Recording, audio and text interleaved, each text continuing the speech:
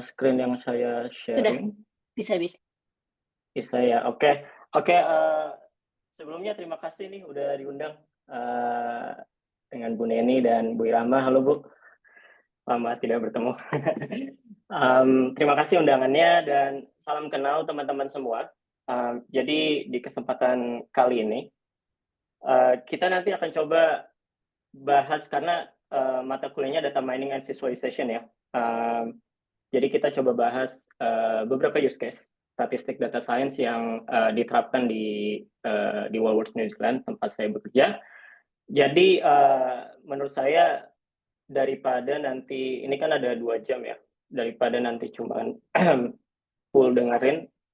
Jadi sebenarnya saya encourage teman-teman juga untuk interaksi kita lebih dua arah. Karena di sini juga kita akan lebih banyak diskusi penerapan-penerapan ilmu yang teman-teman pelajari sekarang di kuliah dan gimana dampaknya di salah satu use case yang akan saya bawain di sini. Nah, tadi udah dikenalin sedikit, cuman saya juga pengen jabarin. Jadi saya di ITS Statistik itu masuk 2013, lulus 2017. Sekarang saya bekerja sebagai Snail Path AI Scientist. Jadi nama departemennya itu adalah Strategic Insights. Nah, di Strategic Insights ini sebenarnya kalau kita ngomongin supermarket ya, atau grocery sector, ya kalian bisa bayangin jutaan transaksi setiap bulan dari banyak customer behavior yang kita collect. Nah, nanti kita akan go through case by case, one by one di sini. Cuman ini just sekilas. Kalau career wise, sebenarnya dari lulus waktu itu sempat di Jakarta sekitar 1,5 tahun. Habis itu yang setelahnya itu saya ambil S2 di University of Auckland di 2019. Nah, dari situ sampai sekarang ada beberapa perusahaan, cuman in general sih memang yang saya kerjakan ya mostly di bidang data science, di statistics, machine learning, dan ranahnya itu mostly ke arah commercial strategi begitu. Nah, ada 3 agenda yang kita akan coba bahas di kuliah kali ini. Yang pertama, case study data mining, dan ini real use case yang saya share di sini. Dan yang kedua itu adalah practical challenge, atau sebenarnya kalau kita lagi ngerjain project analytics atau data science, itu kira-kira challenge-challenge-nya apa aja sih yang ada. Dan mungkin kalau ada sedikit untuk Q&A nanti kita juga bisa bahas tentang career tips juga di sesi kali ini. Begitu. Nah, sedikit ya. Jadi sebelum go through use case-nya, ini sekilas tentang Woolworths New Zealand. Sorry. Saya pindahin dulu, takut ngalangin. Oke. Jadi ya, bisnisnya supermarket. Supermarket kita ada di sekitar 185 supermarket di New Zealand. Kalau di Australia sendiri ada 1.000 supermarket. Nah, beberapa fakta dan data di New Zealand, karena New Zealand kan penduduknya nggak banyak ya, in total itu sekitar 5 juta. Dari menurut survei Badan Statistik New Zealand tahun lalu 2024. Nah, sekitar setengahnya itu 2,5 juta New Zealand customer itu kita serve setiap minggunya. Total transaksi itu ada di sekitar 3,1 juta transaksi di supermarket, di groceries.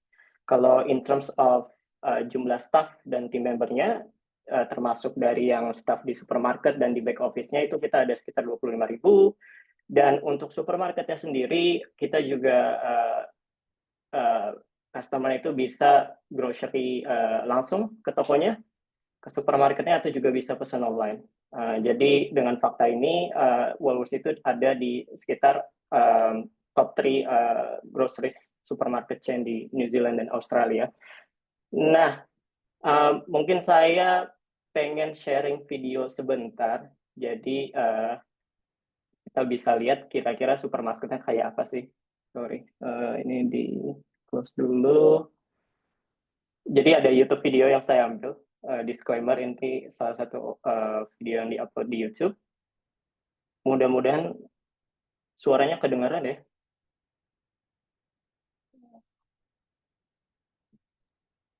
Kayaknya nggak kedengeran. Sorry? Nggak kedengeran suaranya. Oh, nggak kedengaran. Oke. Oke, nggak apa-apa. Nanti kita lihat visual aja. Coba saya go through. Jadi ini di depan supermarket. Ini salah satu supermarket yang ada di Auckland, di New Zealand. Jadi layaknya supermarket biasa ya. Jadi di setiap aisle itu ada ini kayak buah-buahan, ada tomat, ada sayur-sayuran, ada alpukat juga di sini.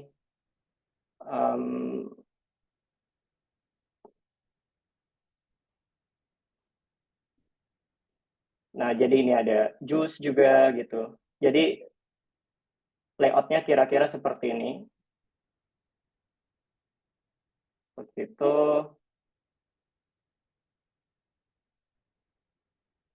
Mungkin saya skip ya.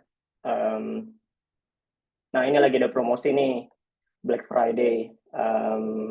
Jadi ada 33% off. Nah, ini di bagian perdagingan.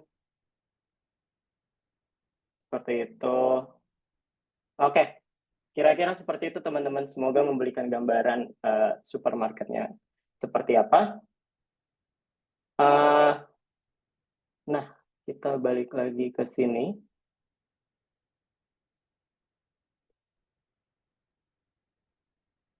Jadi mungkin kalau nanti di beberapa tahun ke depan teman-teman mungkin ada yang lanjut kuliah S2, S3 ke Australia atau New Zealand, ya pasti akan sering dengar nama Woolworths New Zealand, dan ya kan semua orang ke grocery ya. Jadi ini salah satu rutinitas orang. Sini mereka ke Woolworths atau ke kompetitor kita juga seperti itu. Oke, data mining case study. Sebenarnya ada banyak framework kalau kita ngomongin data mining ya. Cuman ini saya ambil salah satu contoh yang sering digunakan di industri, CRISP-DM framework. Ini framework dalam suatu data project atau analytics project.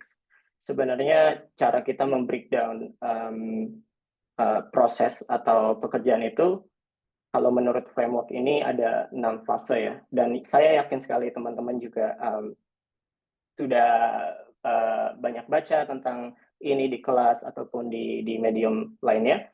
Cuman di sini key emphasize-nya adalah ketika kita bekerja di data, ya inilah step-step yang kita lewatin ya in general sebagai applied scientist atau data scientist atau analytics person. Dari mulai pemahaman business understanding-nya apa di perusahaan, lalu kita bisa mengconvert itu sebagai let's say research question, dan dari situ kita bisa go through data understanding-nya, data preparation-nya seperti apa, dan yang pasti teman-teman juga sudah sangat paham sekali di bagian modelnya seperti apa atau EDA-nya seperti apa, gimana cara kita memvaluasi model yang kita develop, dan gimana cara kita deploy model yang sudah kita buat untuk keputusan bisnis seperti itu. Dan mungkin highlight kedua yang saya mau bilang adalah proses ini tuh iteratif. Jadi mungkin ketika teman-teman sudah tahu nih ngobrol bisnis understanding-nya apa sama perusahaan ataupun sama stakeholder, teman-teman udah formulating research question-nya apa, nanti teman-teman go through the data understanding, mungkin dari situ ternyata datanya adanya A, B, C, tapi D, E, F-nya nggak ada. Nah, mungkin teman-teman bisa balik lagi ke arah business understanding. Jadi, proses looping-nya itu sangat iteratif dan sangat fleksibel. Jadi, mungkin kita udah di modeling, nanti modelingnya nggak sesuai, nanti mungkin kita bisa balik lagi ke data understanding. Jadi, cukup jauh di sini fase metodologinya ya. Nah, untuk case tadinya, tadinya saya mau coba jabarin case-case apa aja. Mungkin bisa sama 3 atau 4 contoh, cuman daripada langsung menjabarkan semuanya, akhirnya saya decide mungkin enaknya coba kita go through step by step, real step by step, salah satu case study aja. Jadi kita bisa tahu ternyata ini loh step-step di setiap case study-nya dan challenge-nya ada seperti ini. Jadi kita akan per slide ini saya akan coba sharing apa-apa aja yang dikerjakan. Nah, pertama business understanding ya. Di sini salah satu part yang krusial di mana biasanya sebagai orang bekerja di bagian data, nanti dari tim bisnis itu akan biasanya mereka come out dengan problem bisnis yang ada. Nah, nanti biasanya mereka akan nge-engage kita sebagai orang yang di data department. Gimana nih kayaknya untuk men-solving business problems ini, kira-kira pendekatan data driven apa yang kita bisa develop untuk membantu mereka. Nah, ini early phase, phase pertama ya. Dan saya di sini membawa salah satu case study. Nah, untuk sharing, jadi di perusahaan kita, itu kita punya program loyalty membership. Mungkin teman-teman juga familiar ya, mungkin perusahaan seperti Shopee atau Tokopedia gitu, mungkin mereka juga punya loyalty program, di mana let's say kalau teman-teman join loyalty membership-nya, mungkin teman-teman bisa banyak dapat promosi atau discount.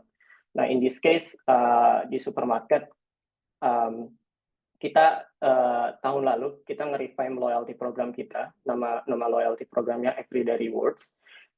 Jadi kita coba menggait customer untuk join loyalty program kita. Nah, sebenarnya tujuannya apa sih loyalty program di supermarket ya? Jadi bentuknya itu kita kasih customer itu kartu membership. Nanti setiap mereka belanja, mereka tinggal swipe kartunya, entah online atau langsung di in-store. Nanti di situ mereka bisa mengumpulkan poin. Nah, poin itulah yang customer akan akumulasikan, dan ketika mereka mencapai certain point level, in this case 2000 poin, nanti di situ mereka akan mendapatkan diskon dari belanja mereka. Jadi intinya semakin banyak customer itu swipe kartu mereka, transaksi di tempat kita, nanti semakin banyak juga yang promosi yang akan mereka dapatkan. Sebenarnya kalau dari company, loyalty program semacam ini, dan ini bukan sesuatu hal baru ya, ini hal yang sudah dijalankan bertahun-tahun dengan banyak perusahaan. Benefitnya adalah pertama kita ingin mengincrease customer stickiness atau customer retention. Kenapa? Karena kita pengen mengencourage orang-orang yang udah belanja ke supermarket di tempat kita mau dong customer-nya balik lagi ke tempat kita. Dan dengan ada loyalty membership ini, dengan promosi yang kita tawarkan, kalau mereka join member di kita harapannya bisa induce repeating visit ke kita, dan dari segi bisnis kita ada proyeksi, biasanya in general memang customer yang loyal sama kita itu revenue yang kita generate dari customer tersebut itu lebih tinggi daripada mungkin customer yang mungkin grocery atau shopping supermarket di tempat kita mungkin hanya sebulan sekali, daripada let's say seminggu sekali gitu. Nah, ini tadi, jadi setiap $1 yang di-spend itu equal to 1 poin. Jadi ketika mereka bisa spend 2.000 poin, mereka bisa langsung dapat voucher of $15. Nah, mungkin sebagai visual juga, ini ada short video juga di YouTube.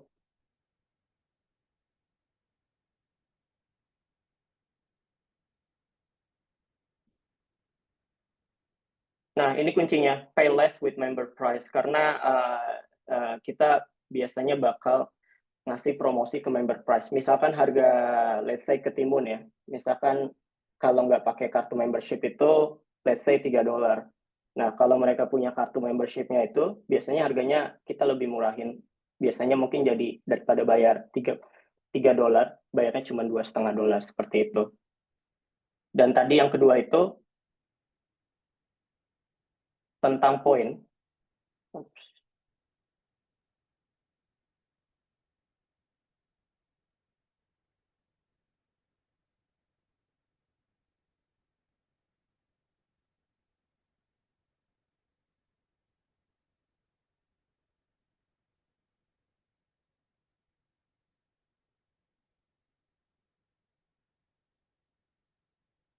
Nah, jadi kita kayak ada aplikasinya di sini.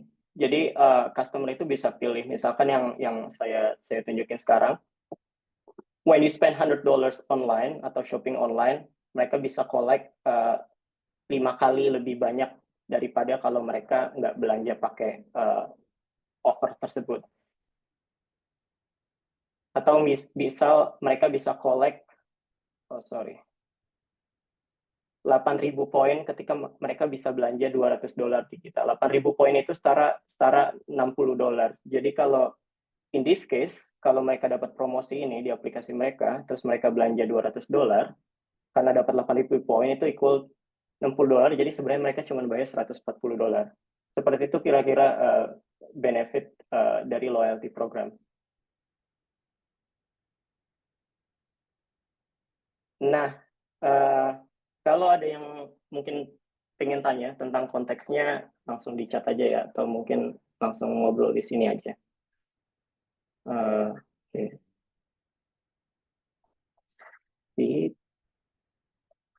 Nah, ini bisnis problemnya ya. Jadi saya bakal tampilin beberapa fakta dan data. Nanti saya akan tanya ke teman-teman kira-kira bisnis problemsnya apa. Ini yang pertama. Ini jumlah total loyalty members kita dari pertama launching di 2024 sampai sekarang. Jadi disclaimer di sini, data di sini sebagai ilustrasi ya, jadi bukan data real. Ini yang pertama, oke. Jadi bisa kita lihat di sini, pas kita launching program loyalty kita, in general pasti setiap perusahaan launching program baru pasti akan ada spike di awalnya. Nah, di sini overtime seperti ini kurvanya. Oke, nah ini salah satu offer yang kita adain setiap minggu ke customer. Misalkan di sini, kalau customer tersebut menerima salah satu dari offer ini, misalkan mungkin ada customer yang menerima promosi bilangnya kalau Anda spending $25 get 100 points. Kalau mungkin ada customer lain yang dapat promosinya harus spend $125 get 1.500 poin. Atau ada juga yang customer ini harus spend $150 nanti akan dapat 2.000 poin atau $15 off. Nah, jadi promosinya ini salah satu dari promosi yang kita tawarkan setiap minggu dan ada banyak contoh offer lainnya. Cuman untuk use case ini saya ngambil promosi tipe yang seperti ini dan di sini ada banyak pilihan minimum shop ke supermarket. Ada yang dari $25 sampai $300. Dan tipe rewardnya itu kalau yang ini kan fixed point ya. Jadi poinnya udah tetap, tapi ada yang juga yang tipenya itu multiplier. Jadi dia nggak akan ngasih langsung poin seperti ini, tapi ngasihnya misalkan kan tadi kalau spend $1 poinnya 1. Nah mungkin kalau multiplier, misalkan ada 5 kali multiplier, jadi instead of dapatnya 1 poin, spend $1, dapatnya langsung 5 poin seperti itu. Jadi value reward-nya itu bisa macam-macam dan ini bisa sampai infinite ya.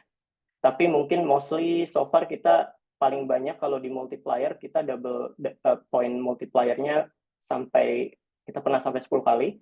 Kalau poinnya kita bisa sampai 8.000 poin atau $60 voucher off.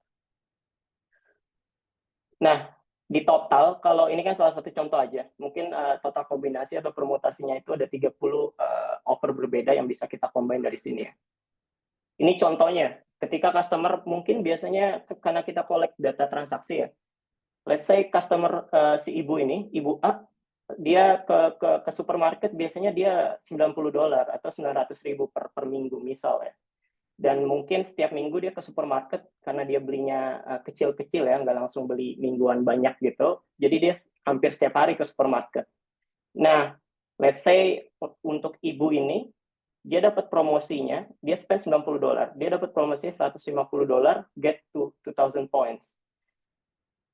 Nah, menurut data, ketika ibu ini dikasih offer seperti ini, ternyata ibu ini nggak ngambil offernya. Mungkin for some reason atau offernya tidak menarik bagi ibunya seperti itu. Nah, di sini saya mau tanya ya, dari dua fakta yang kiri ini dan yang kanan ini, kira-kira bisnis problemsnya apa?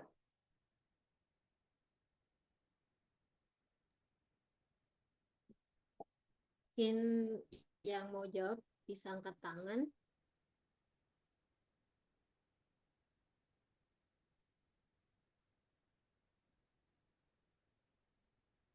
Jadi tadi kan yang pertama, ini member loyalty kita selama 2 tahun terakhir, dan ini contoh yang kanan itu kasus di mana kita punya banyak offer, dan saya ngasih contoh salah satu customer dapatnya offer seperti ini dengan behavior seperti itu. Nah, dari sini mungkin menurut teman-teman, kira-kira bisnis problemnya apa? Ini nggak ada salah dan benar. Ini kayak pengen tahu aja pendapat teman-teman ketika melihat data seperti ini.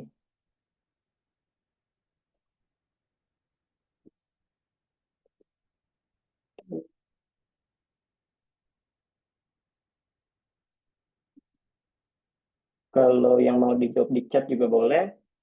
Kalau ngobrol langsung juga boleh.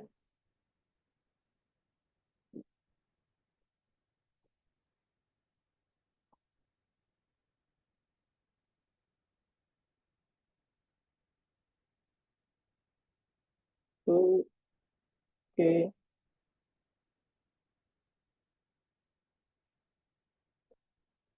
Uh, ini ada dari, sorry, ada chat. Kaila Yasmin, mungkin karena jarak yang terlalu jauh antara average weekly spend sama offer yang ada. Iya, betul. Nah, kita lihat di sini ya. Customer biasanya spend $90, tapi mereka dikasih offer untuk spend $150, walaupun dapat poinnya banyak. Sebenarnya jarak $60 secara rasional itu kan hampir 2 kali lipat yang customer spend ya, apalagi ini kan groceries. Jadi jaraknya tuh terlalu jauh. Nah, itu problem yang pertama. Betul, Kayla. Thank you. Mungkin ada satu lagi yang mau coba jawab atau pendapat apapun.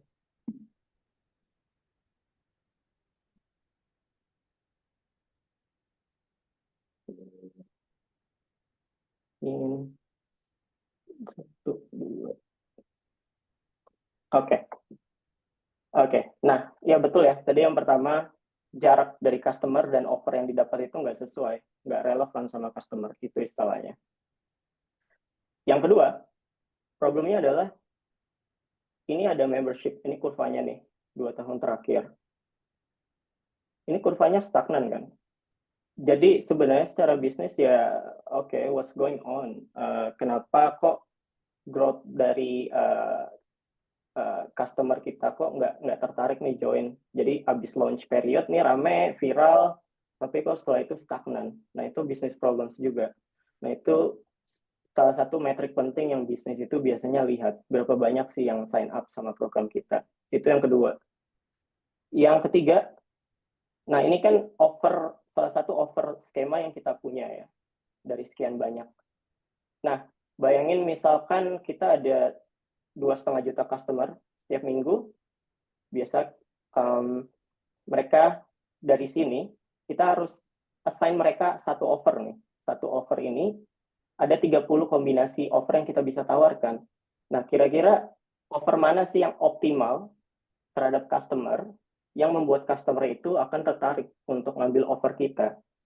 Nah, ini kan salah satu namanya optimization problem ya, dan customer relevancy problem. Gimana kita make sure bahwa dari sekian banyak offer yang kita bisa tawarkan, kita akan tawarkan offer yang relevan untuk customer tersebut. Karena itu salah satu yang paling gampang untuk bisa kita nge-guide customer. Itu problems-nya. Nah, ini yang tadi yang saya bilang. Nah, biasanya ya sebagai orang data, dan ini juga in general ya, ketika punya business problems, hal yang kita lakukan adalah gimana nge-convert problem bisnis itu menjadi research question, karena kan kita scientist ya. Jadi thinking kita itu adalah, oke, kita udah tahu bisnis problemnya, kita harus sudah ngerti. Nah, dengan ilmu kita, gimana sih cara kita untuk nge-convert itu sebagai research question yang akan kita kerjakan nantinya gitu. Tadi yang pertama, how to atau the engine. Kita bisa nggak sih build decision engine supaya kita bisa meningkatkan offer relevansi dan in return kita bisa mengakselerasi loyalty member growth yang ada di bisnis. Yang kedua yang tadi saya udah sebutkan, optimization problem. Nah, kita mau dong, kita nggak asal berikan offer ke orang, terus orang nge-utilize offer itu, tapi habis itu offernya selesai, minggu depan dia nggak balik lagi. Kita nggak mau kayak gitu, yang ada nanti company bangkrut dong, ngasih bakar uang lah istilahnya kalau di startup dulu ya. Nah, kita jadi menjaga gimana caranya kita ngebalance trade-off antara offer yang kita kasih ke customer, tapi kita secara bisnis juga masih profit atau profitability bisnisnya kita maintain. Nah, yang ketiga, salah satu yang paling common solution yang kita build ya machine learning model. Gimana bisa kita building machine learning model itu, jadi kita bisa ngepredik nih untuk offer sekian cocoknya untuk customer yang mana, atau untuk offer B dan C mungkin customer yang cocok tuh customer yang tipe behaviornya seperti ini. Karena in returns kita juga pengen kalau kita bisa improve customer relevansinya, kita juga bisa mengoptimasi customer retention-nya juga dan memaintain profit dari segi bisnis. Seperti itu. Nah, ini adalah business understanding. Jadi business problems-nya apa, terus into research question. Nah, ini sebagai jumping ahead a little bit ya, teman-teman. Jadi kalau di kita, setelah banyak diskusi sama bisnis dan dari orang data juga, jadi kita building classification model ya. Jadi outputnya seperti ini. Kira-kira let's say ada 2 customer ini, dan ini offer yang kita tawarkan, yang bisa kita tawarkan setiap minggunya. Nah, kita building model yang kita bisa memodelkan, kira-kira kalau customer dikasih offer A, let's say yang spend $25, fixed point 500 points, itu propensity untuk likelihood customer tersebut ngambil offernya itu sekian. Begitu. Jadi dengan memodelkan ini, kita bisa tahu, walaupun model itu nggak ada yang akurat ya, tapi kita at least bisa nge-navigate strategic decision kita. Oh, mungkin offer A yang harus kita tawarkan ke customer ini, karena propensity customer ini akan ngambil offernya itu lebih tinggi, let's say dari offer C. Seperti itu. Ini adalah output yang pengen kita tawarkan ke bisnis. Nah, again, dari segi tipe offernya, karena ada 3 komponen variabel yang bermain di sini, dan ini variabel yang kita kontrol. Jadi setiap customer itu bakal ada, kalau kita di slide sebelumnya saya bilang 30 offer berbeda, kita modelin tuh setiap offer. 30 offer berbeda per customer itu likelihood-nya seperti apa saja. Seperti itu solusinya. Nah, oh ya, kalau ada yang tanya langsung bilang aja ya. Oke, next step-nya data understanding. Kita udah tahu nih, oke, kita mau building machine learning model untuk mempredik customer likelihood untuk taking promosi atau offernya atau tidak. Nah, pertanyaan yang paling common dan paling penting di data understanding adalah kira-kira data apa sih yang akan penting untuk building model ini. Seperti itu. Mungkin customer spending, tadi kita udah lihat customer spend behavior-nya seperti apa. Mereka biasanya spend di grocery kita per minggunya, let's say berapa dolar seperti itu. Salah satu yang penting juga, karena kita udah collect data di 1 tahun terakhir, kita punya data tuh customer yang mendapatkan offer tertentu, responnya apa, baik atau buruk. Dia ngambil offernya atau enggak ngambil offernya. Kita juga ada data dari aplikasi dan website, karena mereka kan bisa belanja online juga. Kita bisa tahu nih, mereka udah berapa kali visit ke website kita, melihat promosi-promosi yang ada. Ini salah satu ilustrasi aja dari banyak behavior yang kita collect, yang mungkin relevan dan important.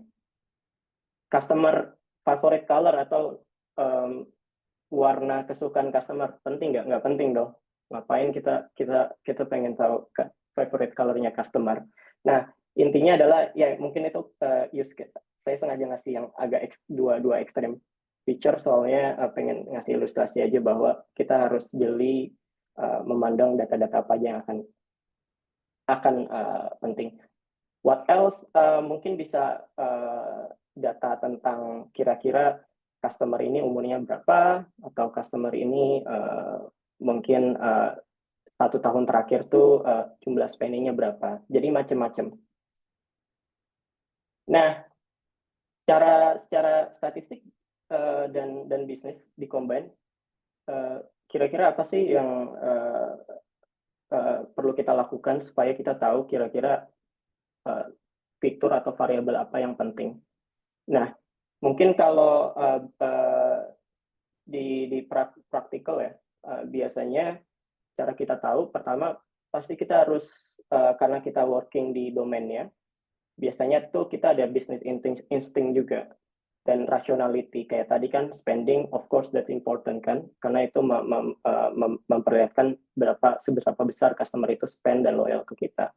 Tapi kalau misalkan stuck, kira-kira kita nggak tahu data yang kita gunain, dan ini biasanya emang nggak ada yang bakal ngasih tahu kita, kecuali kita working mungkin di big project di mana kalian working sama 5 atau 6 different analyst gitu. Cuman biasanya ya kita ngobrol sama orang bisnisnya. Menurut orang bisnis, hipotesis mereka seperti apa, variabel apa yang mereka pikir important. Nah, itu salah satu cara. Setelah kita tahu listing variabel apa yang important, biasanya kita langsung list down nih, kira-kira data apa yang udah ada dan belum ada gitu. Data apa aja yang kita pingin tapi ada, atau data apa aja yang kita pingin tapi nggak ada. Biasanya kita ngelisting. Kenapa tujuannya harus seperti ini? Ini subjektif banget ya. Biasanya itu akan memudahkan kita dalam komunikasi ke tim data dan ke tim bisnis. Kira-kira, hey ini loh data yang bisa kita collect sekarang. Mungkin karena ketika building model, ya modelnya itu berdasarkan data-data ini aja. Mungkin kalau ada data lain yang lebih penting, ya mungkin kita akan bisa improve modelnya later ketika kita collect data lainnya. Misalkan mungkin kita belum punya data website, ya it's okay. Mungkin iterasi selanjutnya kita bisa kerja sama data engineering-nya untuk make sure kalau kita data website itu kita collect juga. Seperti itu. Nah, ini juga salah satu decision yang biasa kita tanyakan. Kira-kira dengan data yang ada, go ahead aja nggak ya untuk analisis, atau mungkin kita step back dulu, kita discuss dulu gimana cara ngumpulin data yang lebih banyak lagi. Nah, ini tergantung banget subjektif karena setiap situasi itu akan berbeda. Mungkin ada yang ya udah nggak apa-apa go ahead aja karena mungkin bisnis lagi pengen banget kita bantu mereka untuk solving problemnya di 1 bulan atau 2 bulan ke depan. Cuman mungkin kalau timeline-nya lebih fleksibel dan ada waktu lebih banyak, mungkin mereka bisa bilang, oh ya nggak apa-apa, kita collect data lebih dulu aja sebelum kita proses. Nah, di sini juga insting untuk kita making decision juga dilatih untuk mengambil keputusan seperti ini. Gitu ya. Ya ini source of datanya tadi ya, data transaksi, supaya kita tahu customer spend berapa, web app traffic, dan customer database kayak umur, semacam itu. Nah, ini sekedar sharing aja. Kalau untuk di tempat kita, datanya itu di store di Google Cloud Platform ya, di cloud semua, dan kita pakai produknya kebetulan Google. Jadi semua data ini nih, yang tiga di sini, di-collect di data warehouse kita di Google Cloud Platform. Dan kita nge-pull datanya itu dari cloud-nya itu menggunakan Google BigQuery namanya. Dan teman-teman juga familiar pasti di sini. Ini contoh aja. Ini kebetulan saya screenshot salah satu dataset yang Google punya public ya. Contohnya COVID-19. Jadi UI-nya itu di sini ada datasetnya. Ini misalkan COVID-19, table-nya apa aja, dan ini salah satu cara nge-pull datanya pakai SQL query di sini di BigQuery-nya. Nah, kira-kira seperti itu cara kita narik data yang ada. Oke, ada pertanyaan? All good? Good. Oke, data preparation salah satu step yang paling important yang teman-teman juga pasti udah sering ngerjainnya ya kalau ada tugas kuliah ya. Jadi di contoh ini misalkan saya ngasih ilustrasi aja karena kita ngumpulin transaksi data. Misalkan ini ada transaksi section ID-nya, kapan mereka transaksi, di sini kita ada customer ID, dan di sini kita ada spending amount. Misalkan ini kita lihat ya, customer ID-nya kan sama nih, 49172. Dua baris pertama, cuman dia transaksi di 2 hari berbeda. Nah, yang dinamakan feature engineering itu ya kita coba mengagregat fiturnya itu. In this case, karena kita pengen memodelkan customer behavior, jadi kita merolling up itu menjadi customer level. Dari transaction menjadi customer level. Contohnya di sini, customer 49172, di minggu ini financial week start date 10 of November, berarti minggu lalu 100 tambah 20, berarti mereka customer tersebut spending $120. Nah, customer yang satunya cuman shopping sekali, spendingnya $40, jadi spendingnya 40. Ini salah satu contoh kita mengagregasi dari level granular yang paling bawah ke up dikit ke arah customer ID, seperti itu. Dan ini ya sekedar sharing, dan saya yakin teman-teman udah sering menerapkan di perkuliahan. Ya udah, kita conduct, kita getting sense of the data gitu. Kira-kira setelah kita ngumpulin datanya, datasetnya udah nice nih, udah siap dianalisis. Apa-apa aja sih yang kita perlu coba bedah datanya supaya kita ngerti data yang kita dealing seperti apa. Contohnya, ini respon rate ini adalah dalam kasus ini berapa banyak persentase customer yang mengambil offer. Dari sini kan aksis Y-nya itu dari sekitar 6-9%. Berarti gampangnya ketika kita ngirim 100 offer ke customer, setiap minggunya tuh kita ada di angka 6-9% yang convert atau ngambil promosinya. Atau kita juga bisa correlation metric, salah satu common teknik. Mungkin kalau ada data kategori, kita analisis juga, kita bucketing seperti ini. Dan juga yang terpenting missing value ya, missing value banyak terjadi dimanapun. Jadi penting banget untuk analisis kira-kira berapa persentase missing value yang ada di dataset kita. Atau ini salah satu step penting di data quality checking gitu. Nah, saya pengen highlight missing value karena salah satu elemen terpenting. Dan saya pengen tanya teman-teman nih. Ini nggak harus pakai teori atau apa dulu ya. Ini pendapat teman-teman. Ini contoh ada customer 4 baris. Spending amount-nya di sini now. Jadi kita nggak tahu mereka for some reason kita nemu kok di data customer ini nggak ada jumlah transaksi mereka ya. Terus kita ada juga lifestyle segment. Ini salah satu data yang kita collect. Ini menggambarkan misalkan apakah customernya single atau couple, atau customernya sudah berkeluarga, atau sudah memiliki anak, atau sudah pensiun. Tapi kita juga nemu nih di baris keempat null, seperti itu. Saya pengen nanya teman-teman, please coba jawab di chat ataupun ngobrol. Menurut teman-teman, let's say dari spending amount dulu ya, ini null atau nggak ada. Kalau teman-teman dikasih kasus seperti ini, kira-kira apa yang akan teman-teman lakukan untuk mengisi null value untuk customer tersebut?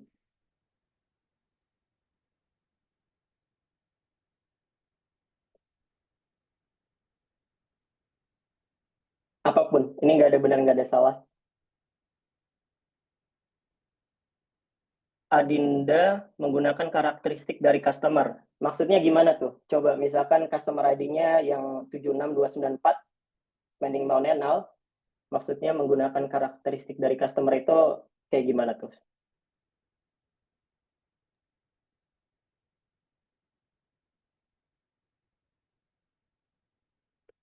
Oke. Let's say imputasi berdasarkan life stage segmentnya. Oke. Pengeluaran rata-rata customer retire. Oke, menarik. Jadi mungkin dirata-ratakan untuk retire itu, average-nya berapa, nanti ditaruh di spending amount-nya. Oke, nice. Memperhatikan karakteristik lifestyle segment sama melihat berapa persen yang missing. Betul, menarik. Menggunakan rata-rata. Oke, sip. Ya, thank you teman-teman. Iya benar ya, itu salah satu step yang kita sering gunain. Misalkan di retiree, mungkin rata-rata retiree itu spending di angka, karena udah pensiun, mungkin mereka lebih ada budget yang mereka harus kelola dengan baik. Let's say mungkin mereka rata-ratanya $50. Kita impute di sini $50 gitu. Tadi ada yang bilang juga rata-rata dari spending amount-nya bisa juga salah satu common practice juga impute value-nya menggunakan average. Bisa juga median, tergantung karakteristik dari customer-nya. Betul sekali, kita bisa melihat kurva distribusinya seperti apa. Nah, jawabannya benar semua ya, itu common practice. Tapi ada satu yang mungkin terkesan nggak really statistics, tapi itu benar adanya juga. Jadi kita nanya ke data engineer-nya, ini data null itu emang ada error di data warehouse kita, atau memang datanya somehow nggak ke sourcing dengan baik minggu lalu, atau emang ini null aja gitu. Nah itu salah satu juga step ya, bukan step, cuman mungkin validasi yang kita making sure sebelum kita telaah ke arah statistik, kita coba tanya ke tim yang menghandle datanya. Seperti itu.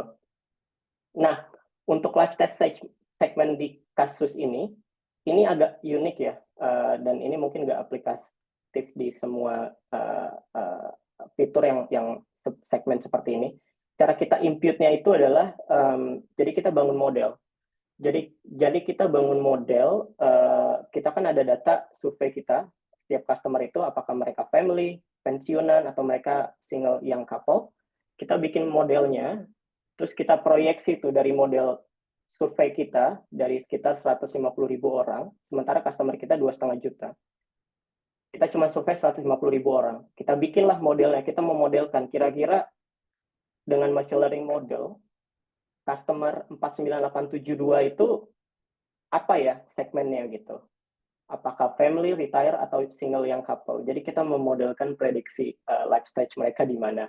Dan ini salah satu yang saya juga baru tahu ya, ternyata impute menggunakan cara seperti itu bisa, walaupun kita tahu itu akan nge-introduce error yang lebih banyak. Cuman ternyata itu make sense juga, karena fitur lifestyle segment itu digunakan di banyak reporting dan keputusan bisnis. Itulah kenapa pas kita discuss tentang ini, kita jadi landing conclusion, kayaknya kita butuh model sendiri deh untuk nge-impute value ini, karena banyak banget orang bisnis yang pengen tahu sebenarnya customer kita tuh demografinya seperti apa, dan kita nggak mungkin survei 2,5 juta orang, itu sangat-sangat mahal ya, seperti itu. Gitu teman-teman. Nah, ini dari modelnya sendiri ya, kita udah masuk ke arah modeling. Dari modelnya sendiri, jadi kira-kira seperti ini teman-teman gambarannya. Setelah datanya clean, kita transformasi. Jadi di input data, sebenarnya model yang kita bangun itu classification model. Karena tadi udah jelas banget ya.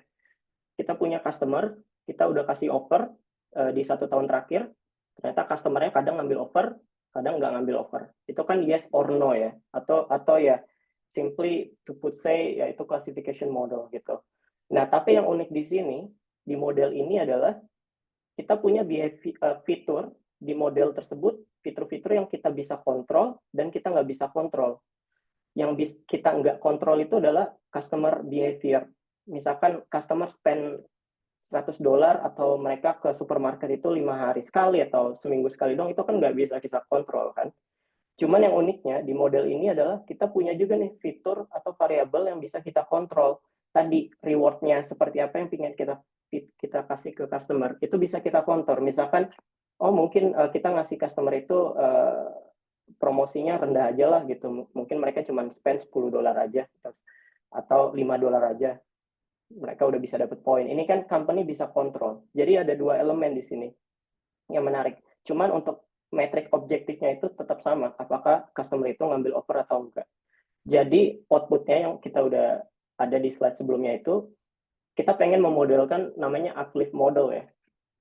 Jadi berapa sih propensity customer ngambil offer tersebut given ini loh offer yang akan kita tawarkan.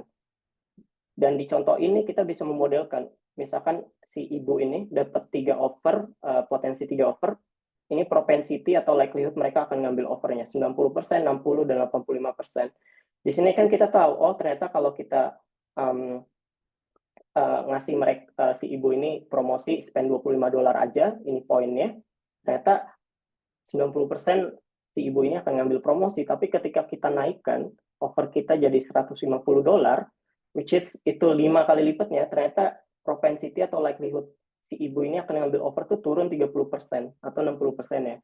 Nah, di sini kan kita juga ngasih bisnis sebuah direksi atau keputusan. Ini loh yang Anda akan dapatkan kalau Anda ngasih offer ke customer kalian sekian gitu. Dan uplift model ini udah banyak dipakai di banyak industri ya, dan terutama di industri retail atau industri teknologi yang biasanya ngasih banyak promosi. Ini uplift model ini salah satu model yang paling sering digunakan. Atau kalau nggak salah itu ada yang nyebut causal ML ya. Kalau di Uber bilangnya mereka causal ML atau causal machine learning. Mereka ada papernya juga di situ. Nah, disinilah ilustrasinya. Given customer, ini behavior-nya, ini offer yang ada, ini likelihood-nya. Kita modelin di sini. Jadi di sini kita bisa tahu, oke, mungkin kita harus nawarin offer. Di sini saya sengaja buat linear ya, supaya gampang aja. Berarti mungkin offernya ya secara rasional ya kita ngasih $25 aja, seperti itu. Karena itu likelihood yang paling tinggi untuk customer akan ambil. Gitu. Dan yang ini pasti juga nggak lengkap rasanya kalau ngomongin modeling, kita nggak showing ya fitur important feature-nya apa-apa aja sih. Dan ini sedikit gambaran. Kita fitur yang ada itu kita mungkin sekitar 100 sampai 150. Cuman dari kita udah difilter lagi sebelum model jadi 67 fitur di pas kita perform IDE tadi. Cuman di final modelnya tadi kita akhirnya menggunakan 37 fitur yang signifikan untuk model tersebut. Nah, biasanya bisnis itu tertarik pengen tahu fitur-fitur apa aja sih yang menyebabkan customer itu ngambil offer. Makanya visualisasi seperti ini itu penting. Kita nggak perlu ngomongin mungkin p-value-nya berapa, atau mungkin kalau kita ngasih perform Shapley value, kita kasih Shapley value-nya berapa desimal, itu nggak terlalu penting bagi bisnis. Cuman penting bagi kita untuk memvisualisasikan itu supaya orang lihat tuh, orang non teknikal ngelihat, oh oke, ternyata fitur ini ya yang penting gitu. Seperti itu. Ini juga salah satu common step juga memvalidasi model. Of course, kita coba tergantung datanya, ini sebuah ilustrasi aja. Let's say kita mungkin pakai data training 2024, terus kita testing di data 2025.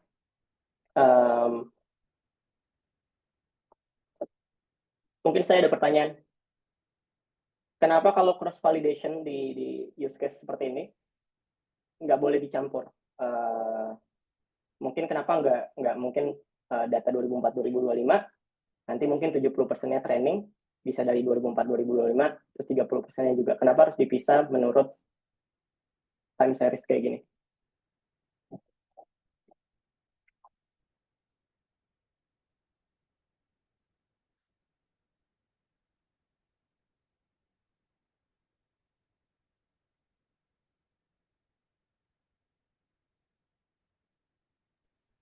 Silahkan teman-teman kalau ada yang mau nyoba jawab tadi pertanyaannya. Tadi di blok datanya tahun 2024 dibagi 70-30, tapi yang 2025 itu tidak dijadikan satu ya dengan 2024.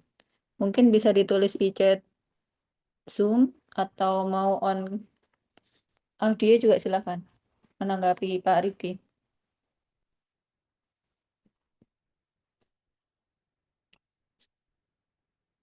Semester ini teman-teman juga ngambil ADW, jadi bareng DMP sama ADW di semester yang sama kalau yang kurikulum terbaru. Monggo teman-teman.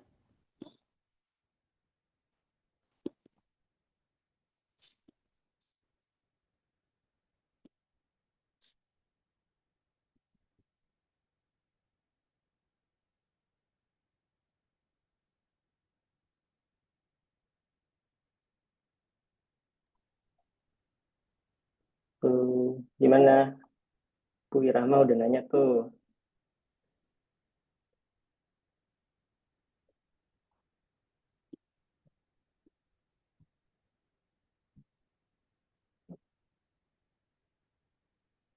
Silahkan.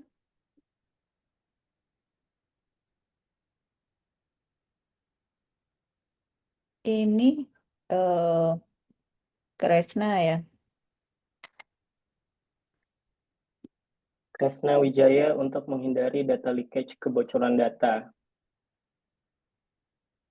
Maksudnya gimana tuh kebocoran data?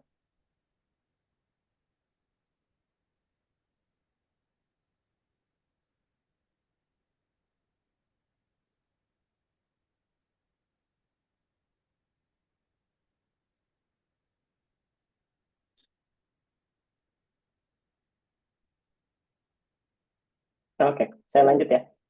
Karena takut waktunya terbatas. Ya, jadi simple. Karena ketika kita working sama time series data, seasonality itu selalu ada ya teman-teman. Ketika kita ngambil splitting seperti ini, contohnya 2024, 2025, salah satu yang akan pasti terjadi ketika kita menganalisis time series itu adalah seasonality. Mungkin bisa aja 2024, mungkin salah satu contoh real ya. Mungkin secara ekonomi 2024 di negara tersebut ekonominya bagus nih, mungkin customer lebih banyak belanja gitu. Cuman somehow 2025 ekonomi lagi turun mungkin. Jadi ketika kita mencampur data tersebut, jadi behavior yang terbentuk dari modelnya itu udah kecampur aduk, jadi nggak mewakili performa model di tahun yang sama gitu. Atau kita menyebutnya istilahnya cheating ya. Nah, itu yang dibilang Ahdan ya itu benar. Jadi melihat behavior tahunan atau behavior customer itu bisa berubah-ubah gitu. Jadi sangat penting ketika kita bisa memodelkan itu tergantung seriesnya, tergantung time frame-nya seperti apa, kayak gitu ya. Dan masih ada banyak reason lainnya, cuman yang satu saya sebutkan itu yang paling sering terjadi di data customer behavior.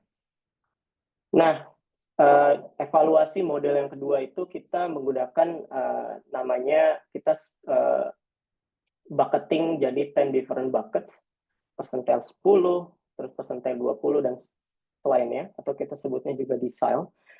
Jadi cara kita baca curve-nya adalah seperti ini, dan ini salah satu visualisasi yang sering digunakan ketika kita pengen nunjukin ke bisnis kalau model classification kita tuh bagus ya. Di seperti ini, di top 10% model yang kita udah prediksi, top 10% customer, ternyata benar tuh. Menurut model kita, 10% customer adalah customer dengan skor tertinggi untuk ngambil promosi, dan ternyata pas kita backtesting benar, 89% dari customer yang kita prediksi top 10% itu ternyata ngambil offernya. Dan kita bisa lihat semakin modelnya bilang di decile 1 ini mereka bottom 10% atau bottom 10% customer yang skornya paling rendah, ternyata benar yang ngambil offernya di history mereka itu cuma 1%-nya. Jadi kita bisa bilang kalau model ini tuh bisa dikatakan istilahnya quote unquote berhasil mencoba memodelkan customer behavior yang ada untuk promosi kita yang akan kita launch. Seperti itu. Nah, salah satu aspek penting yang ini juga banyak terjadi di bisnis adalah oke, kita udah ada model nih, secara teori bagus, secara validasi bagus, itu menjawab business question dari yang ada. Tapi in reality kita tetap harus ada namanya business rule adjustment. Nah, ini contohnya aja, langsung aja kasih contoh ya. Secara logika pasti dong, ketika customer di offer untuk spendingnya rendah aja, spendnya nggak perlu $100 tapi $20 aja, pasti likelihood mereka untuk ngambil offer tersebut makin tinggi dong. Nah, kalau model itu digunakan, pasti nanti setiap customer dikasihnya offer paling rendah. Cuman kan kita nggak mau, rugi dong. Biasanya mungkin customer spendnya $100, tapi karena modelnya bilang, tawarin aja spend $20, itu mereka pasti akan ngambil ya. Iyalah, karena dia udah spend $100 gitu. In this case, $200 gitu. Makanya ada namanya business adjustment. Kita nggak pengen kayak gitu. Kenapa? Ketika kita adding namanya over cost, atau berapa dolar sih yang kita keluarin untuk nge-release offer ini ke customer, nanti jatuhnya rugi kalau kita nawarin lebih rendah dari rata-rata spending mereka. Makanya salah satu business adjustment yang kita buat adalah kalau customernya udah spend $200, kita hanya akan menawarkan offer yang harus yang menuntut mereka untuk spend lebih dari $200. Jadi kita akan buang opsi offer yang di bawah spending mereka. Seperti ini yang saya highlight di hijau gini. Karena di sini, walaupun likelihood-nya 66% aja, tapi dengan ada over cost-nya $15, tapi sales increment-nya dari 200, mereka jadi spend $220, itu secara profit bisnis, perhitungan matematika simple, bisnis profit sebenarnya $5 gitu. Nah, mungkin bisa juga, oke, tawarin aja $300 mungkin ya. Propensity likelihood-nya cuma 60%. Dan over cost-nya $30. 200 ke 300 itu naiknya $100 spending customer ke kita. Dan kita ngeluarin cost-nya cuma $30. Secara profit, kita tetap untung $70. Tapi contoh yang ini sangat jarang ya. Biasa kita mainin di angka profitnya itu di angka $5-20. Seperti itu. Nah, ini saya highlight di sini. Modelnya itu favor offer under $150, tapi dengan business rule, mereka harus require kalau offer yang kita tawarkan lebih dari average weekly-nya. Nah, itu salah satu business adjustment yang ada di use case ini. Nah, evaluasi kedua itu adalah experimental design ya. Yang ini menurut saya mata kuliah salah satu terpenting ya, dan kita harus bersyukur ya kita belajar experimental design pas kuliah, karena kalau kita moving ke komersial itu bisnis itu banyak A/B testing, karena kita nggak mungkin dong ketika kita bikin model kita langsung rilis ke mass market ke 2,5 juta orang. Takutnya kalau kenapa-napa modelnya itu ternyata nggak perform well, jadi impact-nya itu harus kita tekan seminimum mungkin. Makanya kita coba namanya A/B testing. Nah, untuk case ini yang kita lakukan adalah kita split customer kita 50%. Jadi 50% di control group, 50% di testing group. Nah, yang di control group ini adalah offernya kita kasih aja random offer allocation. Jadi nggak menggunakan model atau nggak menggunakan apapun.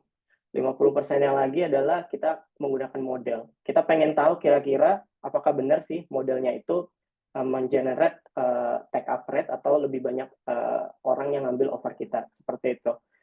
Dan di sini di mana kita nge-define ya hypothesis testingnya seperti apa, karena di kasus ini kita pengen tahu kira-kira take up rate atau berapa banyak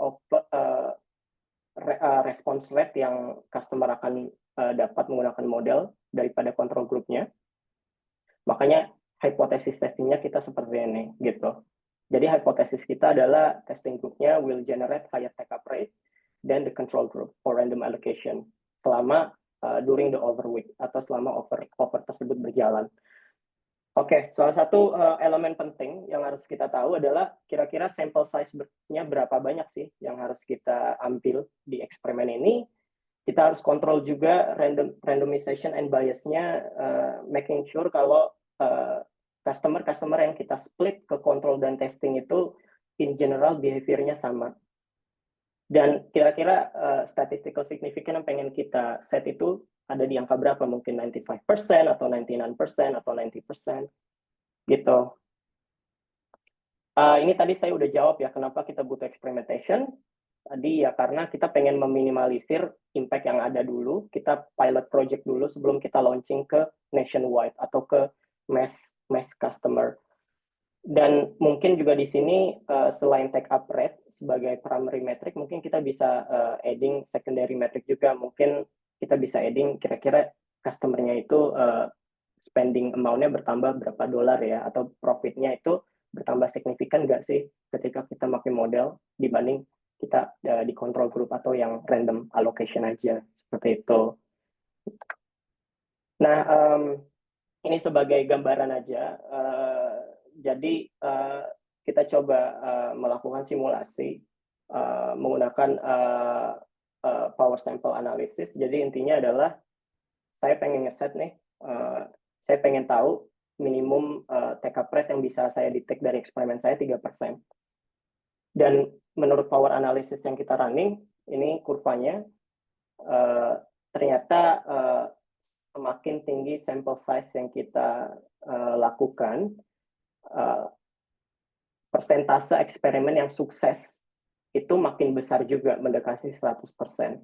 Kalau dari kurva ini istilahnya cara gampangnya baca ketika kita cuma ngasih sampling 1000 aja, ya persentase eksperimen yang signifikan ya cuman mungkin 10% doang karena sampelnya terlalu dikit.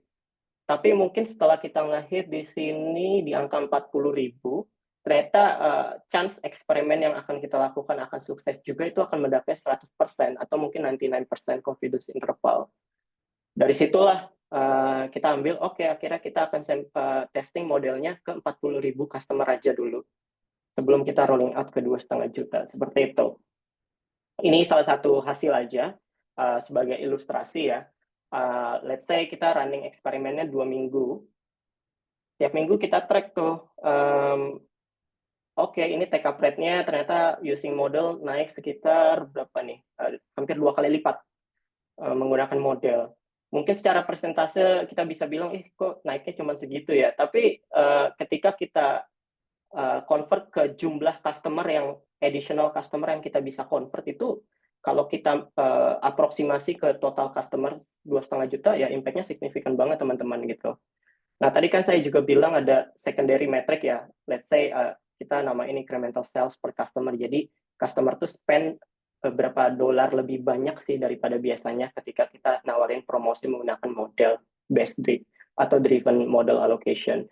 Ternyata customer juga spendingnya lebih banyak. Mungkin karena tadi kita nggak pernah kasih customer offer lebih rendah dari rata-rata spending mereka, dan kita mencoba mengoptimisasi kira-kira di sweet spot-nya di spending berapa yang customer tuh masih mau spend, tapi mereka tertarik juga sama reward yang kita kasih ke mereka gitu.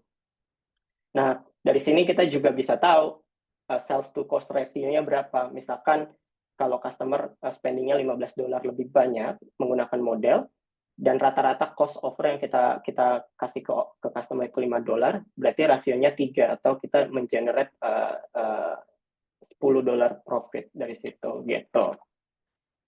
Nah, setelah A/B testing biasanya kita sharing nih ke orang bisnis. Oh ya, ini hasil eksperimen, dan karena itu tadi, karena kita melakukan eksperimen itu kan nggak asal-asalan ya. Banyak statistical property dan assumption yang kita main di sini. Jadi kita bisa confident pas ngomong sama bisnis, ini loh, kita udah tes, ini metodologinya, dan ini hasilnya gitu. Jadi kita ngasih itu dengan data, dengan angka. Dari situ biasanya, oke, kapan nih kita bisa launching modelnya itu ke nationwide atau nasional, ke skala 2,5 juta customer kita. Nah, dari situ kita juga bisa, kita namakan deployment atau model deployment. Ketika model experimentation itu udah sukses.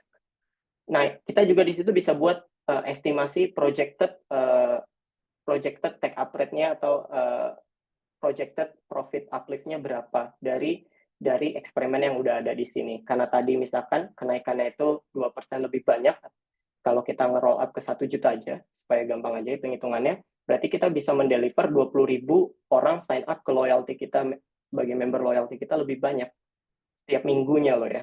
Dan kalau kita projecting kenaikan revenue kita per customer, kalau dengan data tadi $15 increase, kita kali 20.000 atau additional customer yang kita bisa ambil karena menggunakan model, berarti kita bisa simply calculate kita $300.000 yang kita bisa regenerate ke bisnis secara revenue. Dari situ kita bisa hitung deh profit uplift-nya, revenue kotornya berapa, cost dari offernya berapa, dan ini angka proyeksinya. Seperti itu cara kita misalnya ngobrol sama bisnis end to end. Nah, seperti itu teman-teman use case-nya. Kira-kira sebelum ke challenge-nya, ada pertanyaan nggak? Atau apapun terkait case study-nya tadi, atau something yang belum paham?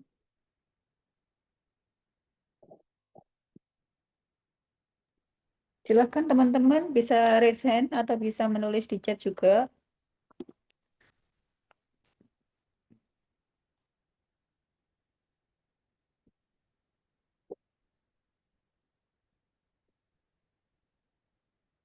Mungkin sebelum teman-teman saya bisa tanya ya Pak Rifki. Iya. Ya, tadi kan ada importance ya, memilih selection variable atau feature itu. Yang biasanya digunakan di sana apa ya? metodenya. Iya, salah satu metode yang favorit atau sering dipakai karena kan banyak ya Mm-mm. backward, forward, kemudian yang pakai korelasi aja, terus varian dan seterusnya. Kalau yang umum Mm-mm. umum dipakai di sana apa? Eh, kita kalau untuk model ini kita pakai extreme gradient boosting, Bu. Jadi kita modelin pakai XGBoost. Nanti feature importersnya itu kita biasanya backward. Kita coba memodelkan feature satu-satu. Cuman kita biasanya validasi lagi dengan Shapley value supaya kita tahu. Karena salah satu important question yang bisnis sering tanya itu adalah oke, ketika fiturnya itu positif, unitnya misalkan 5, koefisiennya 0,5. Oke, setiap kenaikan satu unit dari fitur tersebut itu impact-nya seberapa besar sih ke likelihood-nya. Dan biasanya kita ada dari Shapley value ini kita bisa tahu kira-kira oh oke, mungkin impact-nya sekitar 2% ke likelihood. Atau mungkin fitur fitur tentang offer-nya itu mungkin impact-nya 10% gitu. Hmm. Seperti itu. Terus ini kan datanya itu setiap hari mengalir ya ribuan. Bahkan kalau Ya, cabangnya sangat banyak itu kan berarti bisa puluhan ribu. Apakah ada ya. aplikasi khusus yang langsung misalkan ada perubahan maka akan memberikan semacam notifikasi gitu. Oh ini loh ada sesuatu yang eh, agak beda atau yang perlu Ya, dicatat. Ataukah nanti itu sistemnya seperti project. Jadi 2 minggu sekali dianalisis atau misalkan ada fenomena tertentu nanti ada tambahan atau bagaimana, Pak? iya Bu. Oke, jadi kalau di normal kondisi ya, setelah kita deploy modelnya ke nationwide, itu kita akan tracking manual dulu Bu. Jadi kita sistemnya akan project-kan. Misalkan kita udah deploy modelnya itu 1 bulan, nanti biasanya di akhir bulan kita review lagi model dan performanya seperti apa, dan impact ke bisnisnya seperti apa. Benar nggak sih modelnya itu mengenerate revenue yang kita expect di awal tadi, di eksperimental tadi. Nah, itu di situ kita dunia masih manual. Kita coba analisis feature driftnya seperti apa. Misalkan mungkin distribusi customer spending-nya itu let's say normal distribution, mungkin tiba-tiba distribusinya sedikit menjauh dari mediannya gitu. Di situ kita cek secara manual, secara berkala, dan kita cek satu-satu. Di sini kan contohnya 37 fitur. Jadi kita bikin script masih manual di Python kita makainya. Jadi kita analisis, kita import datanya ke notebook, terus kita analisis satu-satu feature driftnya seperti apa. Nanti misalkan ada drift, let's say menjauh sekitar 5%. Itu salah satu benchmark yang coba kita define juga. Nanti biasanya dari data scientist atau statistician-nya juga akan bilang ke ke tim, hey ini lo ada drift di fiturnya, mungkin kita harus remodel datanya lagi. Nah, biasanya kalau udah mungkin sekitar 2 sampai 3 bulan manual kayak gitu, biasanya kita kerja sama machine learning engineering. Itu yang bertugas mengautomasi alert aplikasinya. Jadi daripada nanti analisis feature driftnya manual, nanti mereka akan setup sistem, nanti kita dapat email notifikasi di email. Hey, model A, feature driftnya sekian, ini fitur-fiturnya. Seperti itu, Bu. Hmm, oke. Ya, matur nuwun, Pak Rifki. Ya, Silakan teman-teman kalau ada pertanyaan sebelum Pak Rifki melanjutkan materi, ada yang ditanyakan atau di cross.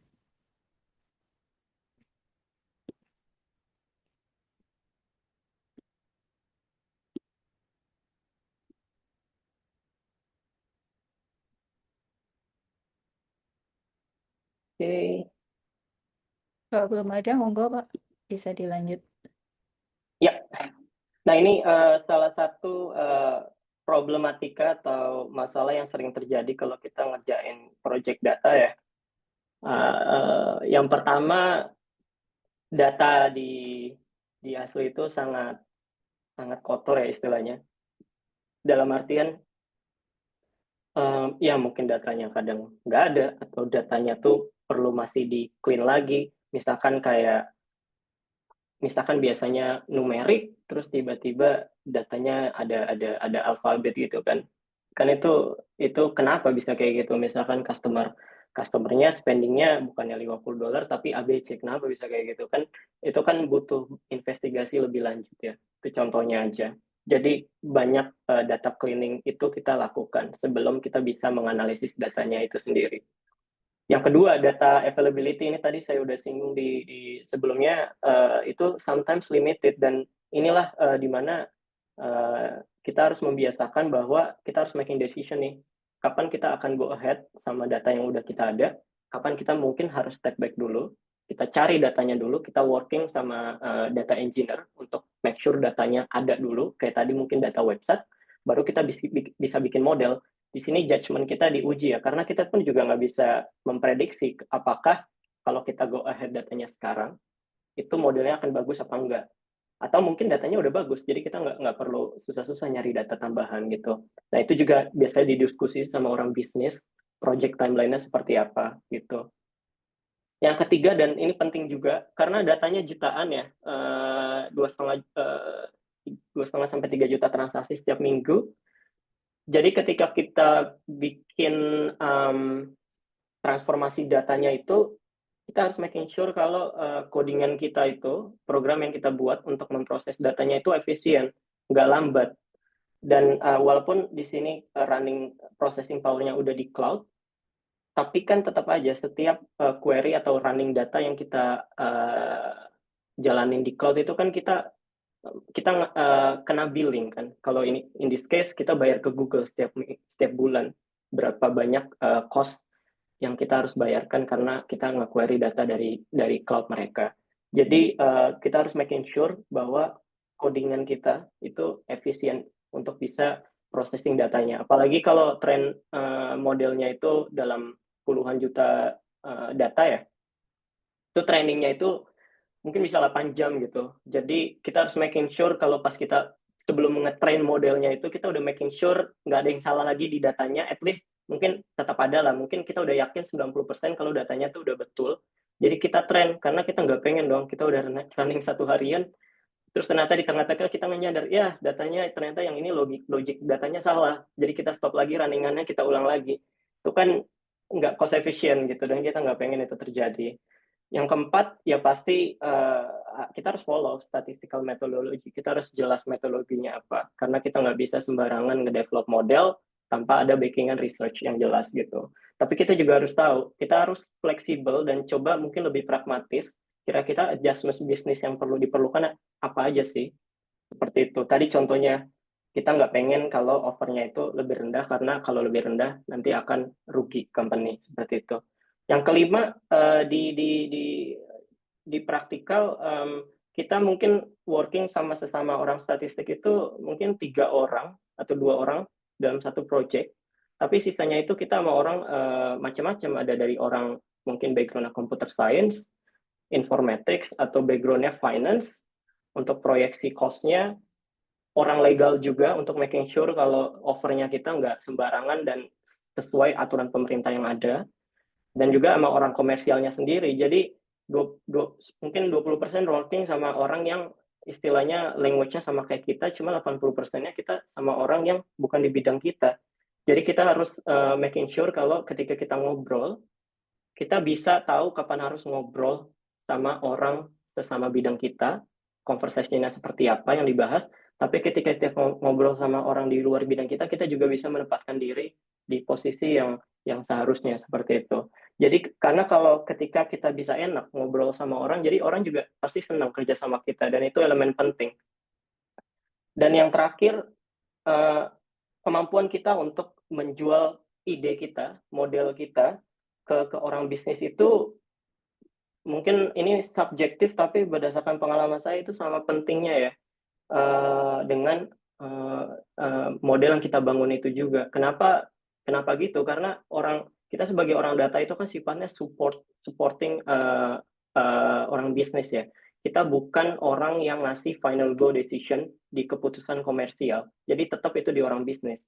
Jadi mau sebagus apapun modelnya, tapi kita presentasi atau ngobrolnya juga kurang meyakinkan, itu mungkin juga orang bisnis jadi agak ragu nih. Mungkin tadinya kita udah mau siap untuk desain eksperimen, tapi jadinya kok saya belum yakin ya, coba dong diutarakan lagi gitu. Dan itu mungkin timelinenya jadi ke delay gitu, atau mungkin ada model yang nggak dipakai pada akhirnya. Jadi itu skills ability untuk selling point kita itu sama pentingnya dengan building model itu sendiri. Seperti itu, teman-teman.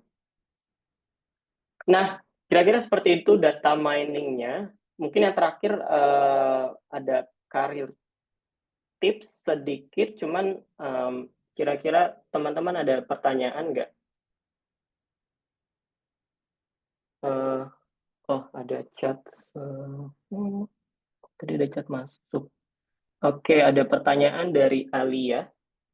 Izin bertanya, secara teori imputasi untuk variabel kategorikal seperti lifestyle segment dalam kasus tadi biasanya dilakukan menggunakan nilai modus.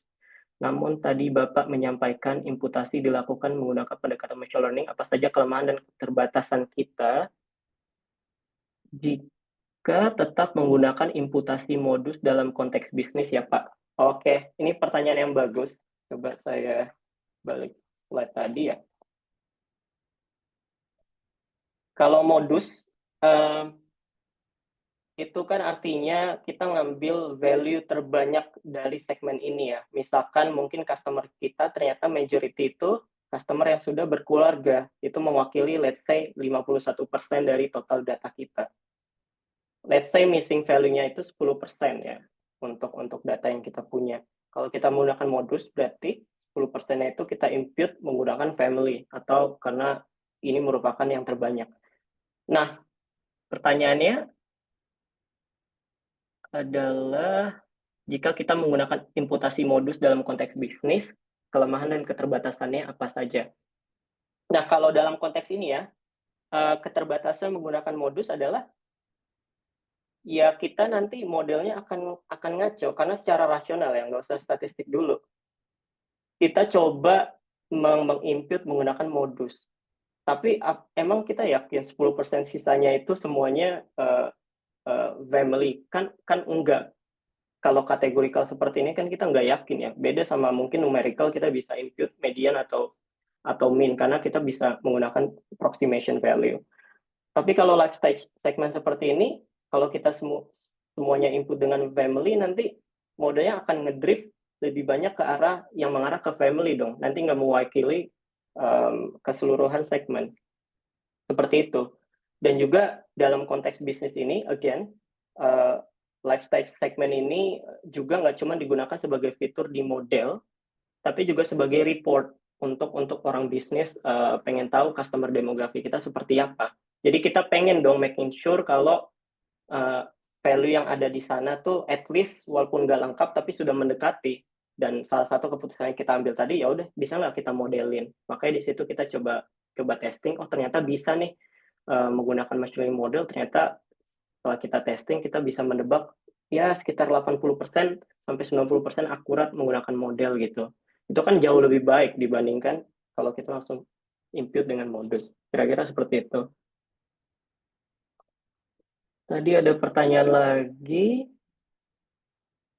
Dan saya mau tanya, mungkin ini cukup basic, tapi saya masih penasaran dengan perbedaan job data scientist, data analis, dan BI analis, karena pada setiap perusahaan pasti membutuhkan suatu proses.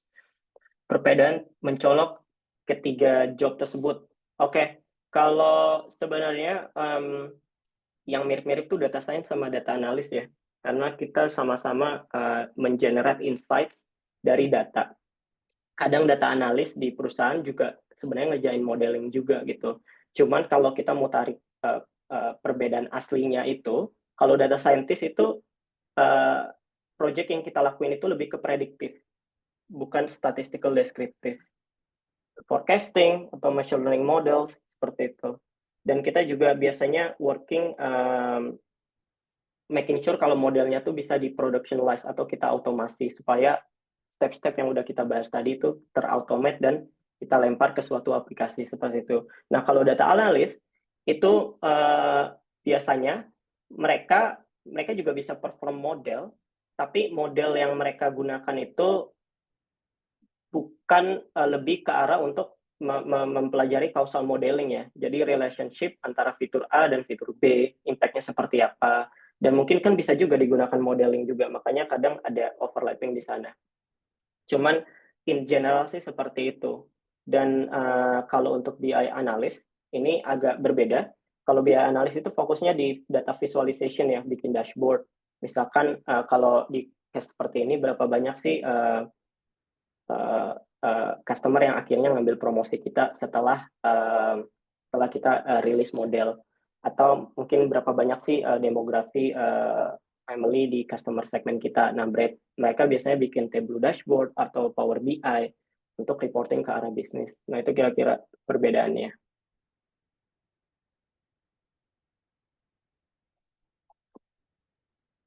Ada yang mau tanya lagi?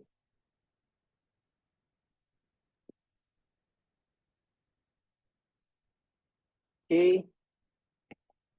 Nah, ini sedikit tentang career tips. Tadi ada pertanyaan juga sebenarnya yang data scientist, data analyst BI ya.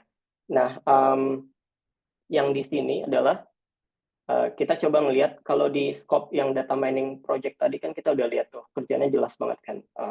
Kita narik data, analisis, bikin model, kesimpulan, eksperimen, deploy gitu ya. Cuman ketika kita tarik lebih di scope yang lebih besar dalam satu project tuh, kalau di data, ini baru tim data ya, itu ada 3 role berbeda yang sebenarnya saling support satu sama lain. Data engineer, tadi juga udah kita obrolin dan singgung ya, itu mereka tugasnya making sure kalau data yang transaksi customer yang mereka lakukan, entah di online atau di supermarketnya sendiri, itu ke flow ke data warehouse kita gitu. Jadi making sure kalau datanya tuh ada dan bisa dianalisis, walaupun kadang datanya masih kotor gitu. Nangkep datanya aja dulu. Jadi atau orang banyak bilangnya data acquisition ya. Kalau data AI scientist, tadi yang udah kita rundown satu-satu ya, sudah jelas. Nah, ada yang mungkin di 3-5 tahun terakhir tuh role machine learning engineer udah mulai populer. Jadi bedanya adalah oke, ketika modelnya udah ada, modelnya udah sukses dan di deploy secara nasional, kita pengen dong mengautomasi modelnya supaya mungkin kalau modelnya evaluasi model dengan data terbarunya menurun performanya, modelnya bisa ke trend otomatis dengan data yang lebih terbaru gitu. Jadi mungkin kalau datanya di trend 2024 awalnya, mungkin karena kita udah di 2025 akhir, nanti datanya tuh di trendnya lebih 1 tahun terakhir aja. Jadi 2024 nggak masuk. Dan itu kan proses yang akan sangat repetitif. Itu machine learning engineer tugasnya mengautomasi. Dan juga tadi yang Bu Irahma sampaikan, aplikasi mereka buat model monitoring. Jadi making sure kalau ada drift di feature-nya atau di target variabelnya, itu ke flag ke kita. Bisa ke email atau ke aplikasi lain yang kita pakai, mungkin di Google. Jadi itu sangat membantu karena kita bisa tahu nih, oh ternyata modelnya udah menurun. Nah itu biasanya data scientist-nya nanti troubleshooting lagi, kira-kira kenapa model performanya menurun, apakah ada shifting di behavior-nya di data terbaru seperti itu. Dan juga yang penting, gimana supaya modelnya itu di-up ke production environment. Kalau di sini offer-nya itu kan bisa dilihat sama customer itu di website atau di aplikasi loyalty kita. Jadi di situ ketahuan tuh offer-offer yang customer bisa lihat itu kan istilahnya mereka bikin API connection-nya ya dari model nanti dibikin ke aplikasi, ke push nanti UI-nya customer lihat itu ada offernya. Di behind the scene ya sebenarnya itu model yang kita buat, tapi kan customer harus lihat secara langsung di aplikasinya. Nah itu tugasnya machine learning engineer. Jadi mungkin ada elemen software engineering-nya di situ. Nah gitulah kira-kira bedanya tiga role tersebut. Ada pertanyaan dari Ali Zainal. Berbicara terkait imputasi fitur kategori, misalkan terdapat 2 kategori yang missing untuk satu customer ID, bagaimana caranya imputasi kategori tersebut? Apakah tetap menggunakan pemodelan ML Jika iya, kategori mana yang didahulukan untuk diamputasi? Oke, ini pertanyaan yang menarik ya. Nah, kalau ada dua kategori yang missing di dua fitur berbeda ya, saya assume-nya bagaimana cara imputasi kategori tersebut. Nah, balik lagi, sebenarnya tergantung case study-nya seperti apa.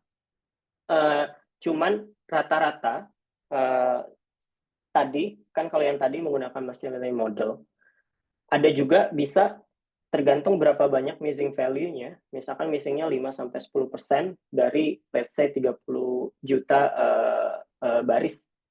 Sebenarnya kan dari segi skala datanya kan nggak akan terlalu berimpact ya. Jadi dalam beberapa kesempatan kita juga ya udah remove aja barisnya karena secara data kita masih cukup kok jutaan data untuk memodelkan gitu. Nah, sebenarnya itu yang sebenarnya kita paling sering lakukan, di remove barisnya karena kita raw data kita masih banyak untuk model. Nah, kasus-kasus yang butuh pemodelan machine learning untuk imputasi itu biasanya kasus-kasus ketika customer kategori fiturnya itu adalah fitur yang penting untuk report juga, kayak tadi customer demographic. Kita juga ada segmen namanya customer value segment.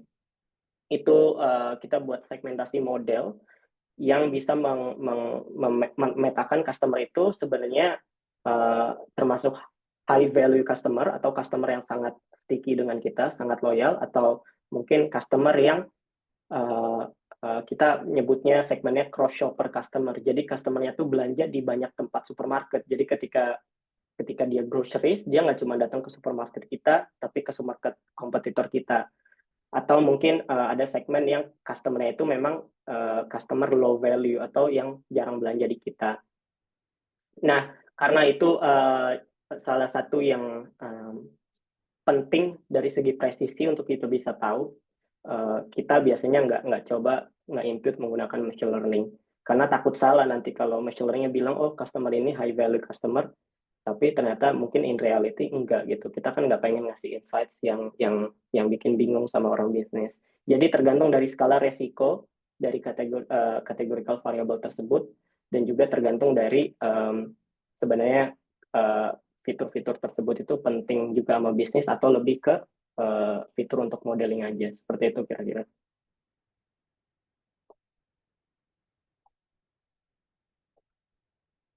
Mudah-mudahan menjawab. Kalau ada pertanyaan lanjutan atau pertanyaan lain, feel free ya untuk nanya di sini.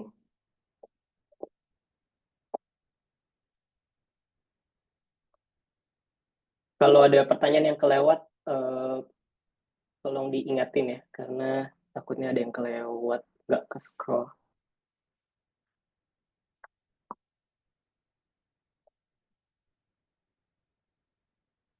Nah, ini tadi yang klasifikasi role ya, dari data scientist, data engineer, dan machine learning engineer. Tadi kan udah saya sebutin responsibility pekerjaannya apa. Cuman kalau ini personal research ya, saya merhatiin orang-orang. Biasanya kalau di data science atau applied AI scientist, itu memang majority background-nya itu statistik, mathematics, computer science, informatics, dan engineering. Jadi itu biasanya yang sering saya lihat. Kalau untuk data engineer yang bertugas menyiapkan data supaya datanya kekumpul di server, itu yang saya lihat sih rata-rata computer science, informatics, dan statistics. Kalau machine learning engineer, tadi yang bertugas making sure model yang udah dibuat itu ke aplikasi langsung supaya customer bisa lihat di aplikasinya. Itu yang saya lihat itu jurusannya rata-rata computer science, informatics, software engineering, dan statistics. Dari sini sebenarnya kita bisa tahu ya, kalau kita sebagai orang yang jurusan statistik sebenarnya kita bisa menjadi 3 role ini gitu. Background kita relevan karena kita belajar tentang fondasi yang dibutuhkan untuk perform. Jadi menurut saya kita di statistik ini sebenarnya kita udah membuka lebih banyak peluang ya untuk kita nanti setelah lulus mau ke arah mana seperti itu. Dan ya ini rata-rata tools yang sering digunakan kalau sebagai data science atau analis atau statistician biasanya R, Python, Panda, dan SQL seperti itu. Dan biasanya terkait kira-kira saya ke arah mana seperti itu, tergantung peminatan teman-teman ya. Maksudnya mungkin ada teman-teman yang lebih pengen, saya pengen lebih banyak bekerja dengan bisnis solving problem mereka menggunakan ilmu statistik gitu. Berarti ya most likely data scientist. Nah, mungkin ada juga kalau ke data engineer tuh biasanya saya pengen fokusnya lebih ke step awal aja gitu. Kita mengkolek data yang itu sangat-sangat penting ya. Saya pengen dong visi saya adalah membantu perusahaan menyiapkan data yang bisa digunakan untuk user untuk analisis gitu. Bisa aja. Dan mungkin ada juga yang saya pengen lebih banyak, saya nggak cuma bisa buat model, tapi saya juga pengen dong bikin aplikasinya gitu. Bisa juga pivot ke machine learning engineer.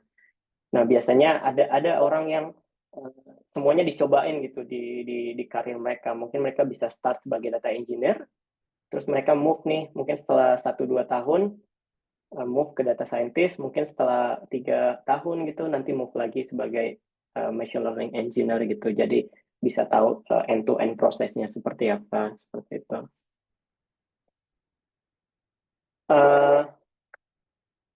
Ini saran subjektif ya, bukan jangan dijadikan sebagai saran secara general, tapi ini berdasarkan pengalaman saya pribadi. Jadi mungkin ada beberapa poin yang mungkin nggak semua relevan ke teman-teman di sini. Cuman kalau saya sendiri dulu pas kuliah dan statistik belajar, jadi ibarat anak tangga dulu. Cara saya belajar itu dari tangga awal itu saya coba benar-benar ngerti fondasi statistical principle itu seperti apa sih, fondasi machine learning itu seperti apa. Di sini maksudnya adalah bukan tentang saya coba mempelajari 10 atau 20 metode yang ada di statistik ya, tapi saya coba mempelajari basic-basic aja. Apa sih itu hypothesis testing, apa itu p-value, confidence interval itu seperti apa, kenapa ada bias dan variance, seperti itu. Atau model apa aja sih yang mungkin bisa diterapkan. Mungkin saya belajar regresi, atau mungkin saya coba belajar logistic regression, atau belajar gradient boosting. Ambil aja, dan mungkin kayak waktu dulu, walaupun saya nggak begitu paham tentang detail.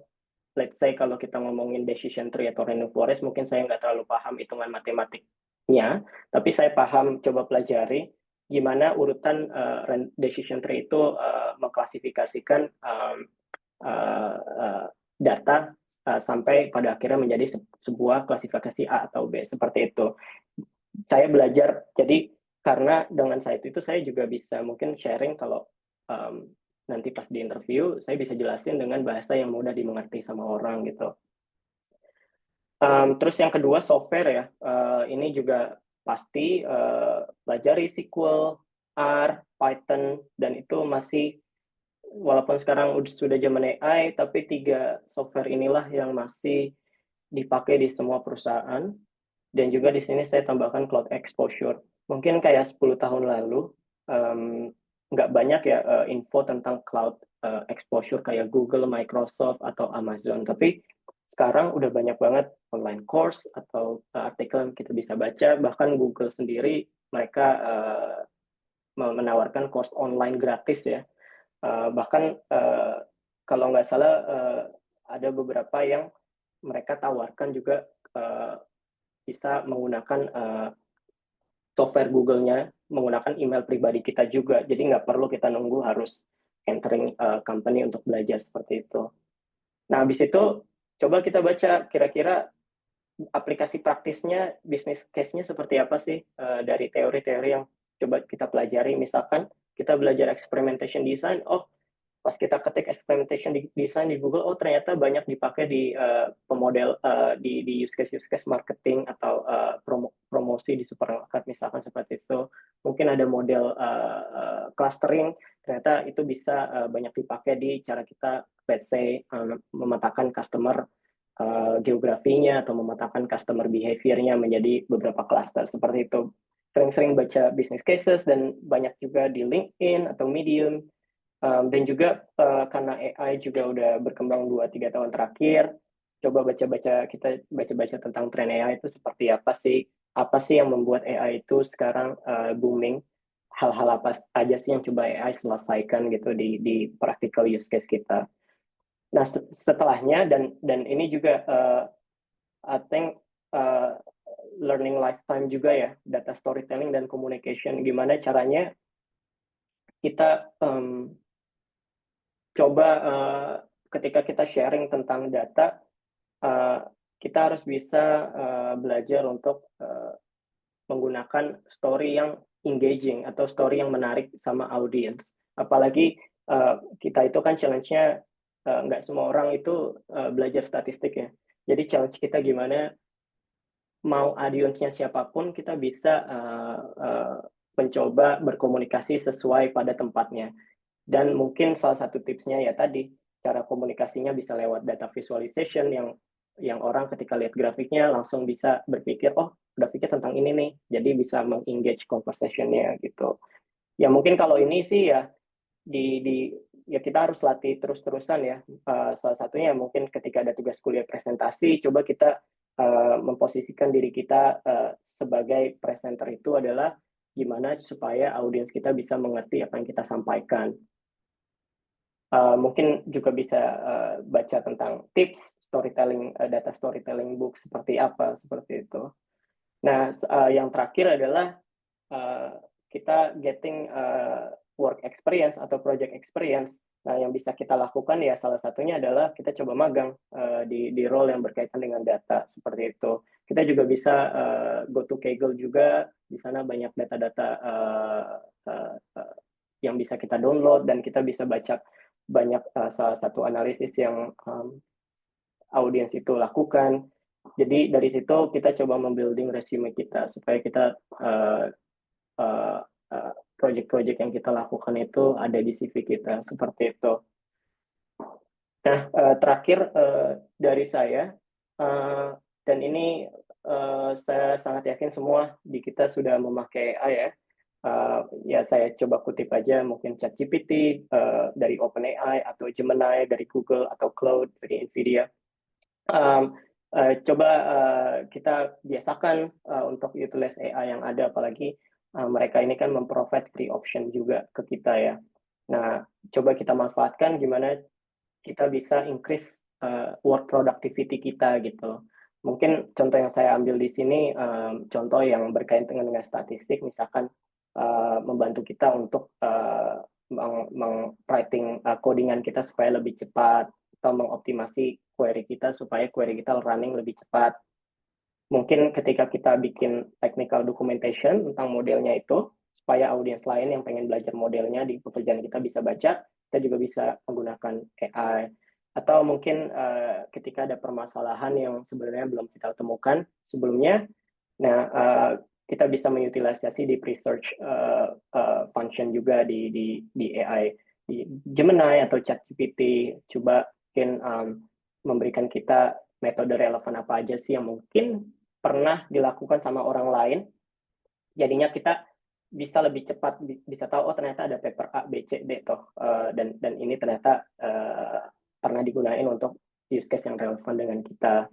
Nah, cuman dan lagi-lagi disclaimer untuk kita semua ya, AI itu juga bukan untuk menggantikan kita, jadi secara knowledge kita harus tetap menguasai knowledge-nya, karena dengan menguasai knowledge-nya kita jadi tahu apakah answer yang AI kasih itu relevan, make sense, betul atau enggak.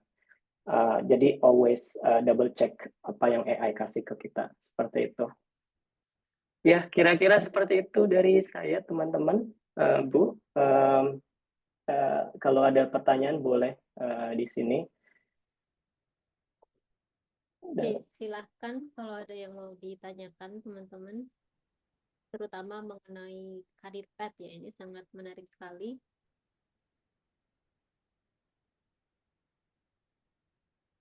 Bisa open mic kalau mau bicara langsung atau bisa lewat chat nggak apa-apa.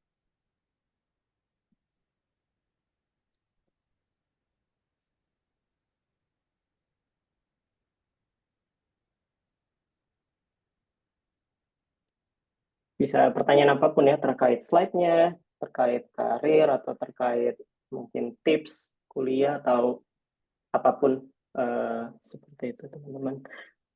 Kayaknya ada dari Alia. Apakah Bapak berkenan berbagi cerita singkat perjalanan karir, tips pengalaman pembelajaran kami? Oke. Jadi kalau saya, kalau tentang karir, jadi sebenarnya ada beberapa tips, sorry. Mungkin saya pengen balik ke sini ya. Mungkin ini dari saya, cuman again ini subjektif dan setiap orang beda-beda ya. Mungkin kalau teman-teman lihat jarak saya dari S1 S2 itu cuman setahun. Saya lulus statistik itu 2017 pertengahan. Habis itu saya ambil S2 di 2019-nya itu di Februari. Berarti mungkin saya cuman bekerja di Jakarta itu 1 tahun 3 bulan. Nah, mungkin yang pengen saya highlight, kok nggak bekerja lebih banyak aja dulu ngumpulin pengalaman tanpa langsung lanjut S2. Dan ini personal dari saya, karena ketika saya waktu itu dapat pekerjaan di Bank Danamon di Jakarta, ada satu hal yang saya rasa adalah ketika waktu itu ilmu saya tuh kok kurang meyakinkan ya, dalam hal ternyata banyak banget yang harus saya pelajarin gitu, yang diterapkan di bisnis. Jadi waktu itu saya kurang pede aja terhadap kemampuan diri saya. Itu hal pertama. Dan kedua, saya waktu itu juga sempat research sendiri. Saya nemuin pattern, saya nggak tahu, again, ini personal sekali. Teman-teman yang saya tahu ataupun teman-teman yang saya lihat di LinkedIn, yang karirnya itu mungkin sejalan dengan bidang, itu yang pertama, di bidang statistik dan data science. Dan yang kedua, karir path-nya itu lumayan accelerate. Itu saya nemuin pattern-nya dari S1 S2-nya tuh nggak lama-lama gitu. Jadi habis S1 mungkin ada yang kerja setahun langsung lanjut S2. Atau mungkin ada yang langsung S1 terus fast track S2. Nggak tahu kenapa, saya juga alasannya kadang agak konyol, cuman mungkin inilah pattern yang membuat chance saya untuk bisa berkarir di bidang data dan PD dengan ilmu saya itu adalah dengan lanjut S2. Makanya dari situ waktu saya tahun keempat, saya juga udah mulai coba-coba apply beasiswa, walaupun waktu itu percobaan pertama nggak dapat. Karena tadinya saya langsung mau lanjut habis S1 S2, S2-nya ke overseas langsung. Cuman ketika 6 bulan saya kerja, ya itu kepikiran lagi, saya langsung pengen S2 karena saya melihat dua fakta tersebut. Saya nggak tahu sekarang relevan atau enggak. Jadi tips saya adalah mungkin bisa teman-teman cari di LinkedIn, mungkin orang-orang atau alumni kita yang berkarir di bidang data itu mereka education background-nya seperti apa sih pattern-nya. Mungkin ada yang S3 juga, saya juga beberapa nemu ada S3. Terus mereka kalau bekerja tuh industrinya apa-apa aja sih, karena itu juga penting juga. Karena kan kita rely sama berapa banyak data yang bisa kita analisis kan. Kalau company datanya nggak ada, gimana cara kita mau ngolah datanya. Jadi juga penting untuk tahu industri apa aja sih yang lagi trending yang menggunakan banyak data, seperti itu. Terus tips yang itu kan education ya. Kalau tips di workplace sendiri adalah ternyata sangat banyak metode dan metode berkembang sangat pesat. Jadi saya masih sering-sering baca, walaupun nggak sebanyak saat S1 S2 gitu baca research paper, tapi saya coba at least kira-kira perusahaan itu mengeluarkan paper apa lagi sih tentang mungkin deep learning atau mungkin tentang machine learning. Ada use case apa lagi sih yang mereka keluarkan. Misalkan kayak Google itu, mereka 6 bulan lalu mengeluarkan model namanya contribution analysis. Itu salah satu model powerful. Dan itu Google yang buat untuk menganalisis causal modeling antara perubahan fitur A terhadap metrik yang pengen teman-teman analisis. Nah ya seperti itu sih, karena itu membuat kita lebih bisa stay up to date sama perkembangan industri. Bukan berarti ketika kita sudah dikerja kita lupa tentang akademik ya. Karena menurut saya apalagi kita statistik ya, kita saintis, pengetahuan dan karya kita menurut saya, ini belief yang saya ada itu antara akademik dan praktis itu harus sejalan. Nggak bisa kita terlalu praktikal tapi kita melupakan prinsip akademik atau research yang udah kita pelajarin sebelumnya. Seperti itu. Dan yang terakhir, menurut saya lebih ke interpersonal skill sih. Gimana cara kita bisa bergaul dengan berbagai macam orang dan berkomunikasi dengan orang. Jadi orang tuh ketika kerja sama kita tuh senang gitu. Karena oke, kita bisa tahu segala macam hal yang orang lain nggak tahu, tapi pada akhirnya kita kerja itu sebagai sebuah tim ya. Jadi kita harus tahu menempatkan diri, kapan kita harus bersuara, kapan kita mungkin lebih banyak diam dan menganalisis, dan kapan kita harus making sure kalau orang tuh senang kerja sama kita, impresi kita bagus. Jadi kerjaan apa yang kita dikasih sama orang itu kita kerjakan, dan kita nggak malu gitu. Kita selalu bisa terus mengutarakan pendapat. Karena pada akhirnya apa yang kita kerjakan itu ya harus di-share, harus di-convince ke orang. Nah, jadi itu kira-kira tips dari saya.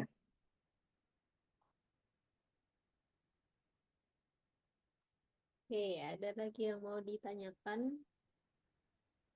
Diskusinya cukup menarik ya, terutama bagi nanti teman-teman semuanya dalam mempersiapkan skill di dunia kerja, apa aja yang dibutuhkan. Tadi informasi-informasi dari Pak Rifki itu akan sangat membantu kalian.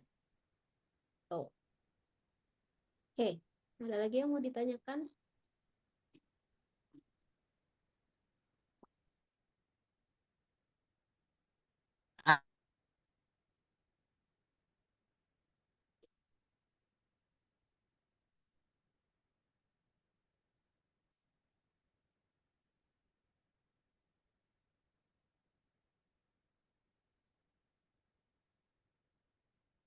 Mungkin bisa lewat chat atau langsung open mic nggak apa-apa.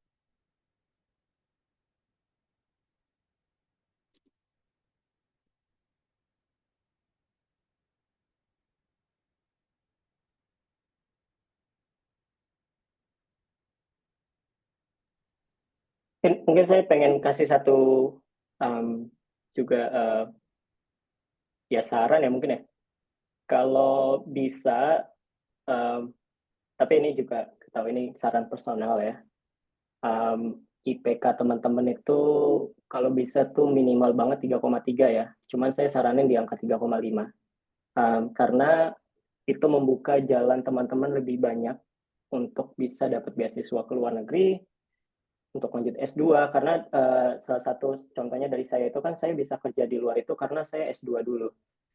Saya S2 pindah ke New Zealand, dari S2 itu bisa dapat scholarship dan bisa bekerja di sana.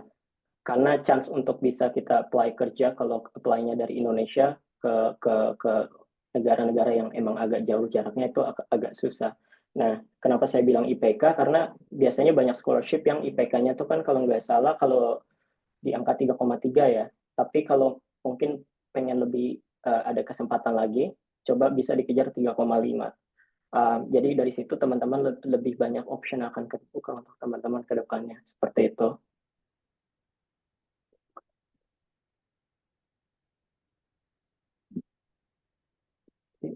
Dan mungkin juga kan setiap semester kan kita belajar mata kuliahnya ya. Dan tadi udah kita bahas juga sih. Coba mungkin nggak perlu put effort berminggu-minggu, tapi misalkan kita lagi belajar time series analysis gitu.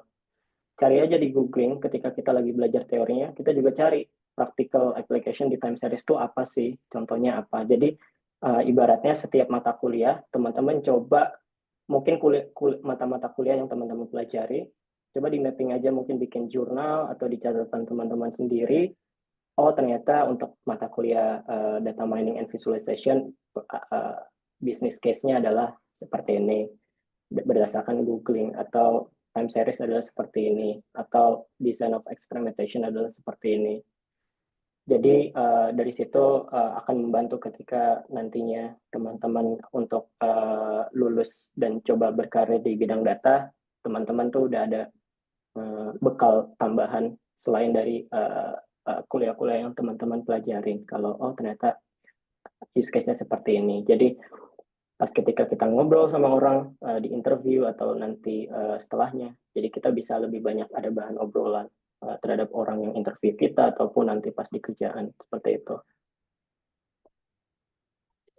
Benar sekali sih, karena memang kalau kuliah teman-teman semuanya itu kalau bisa memang banyak menggali sendiri gitu, karena memang kuliah itu kan student center learning gitu ya. Jadi benar sekali yang disampaikan Pak Rizky bahwa kalian kalau belajar apapun, mata kuliah apapun di semester apapun, banyak juga belajar mandiri, mencari beyond yang dijelasin di perkuliahan. Oke. Ada lagi yang mau ditanyakan? Masih ada waktu sekitar 2-3 menit.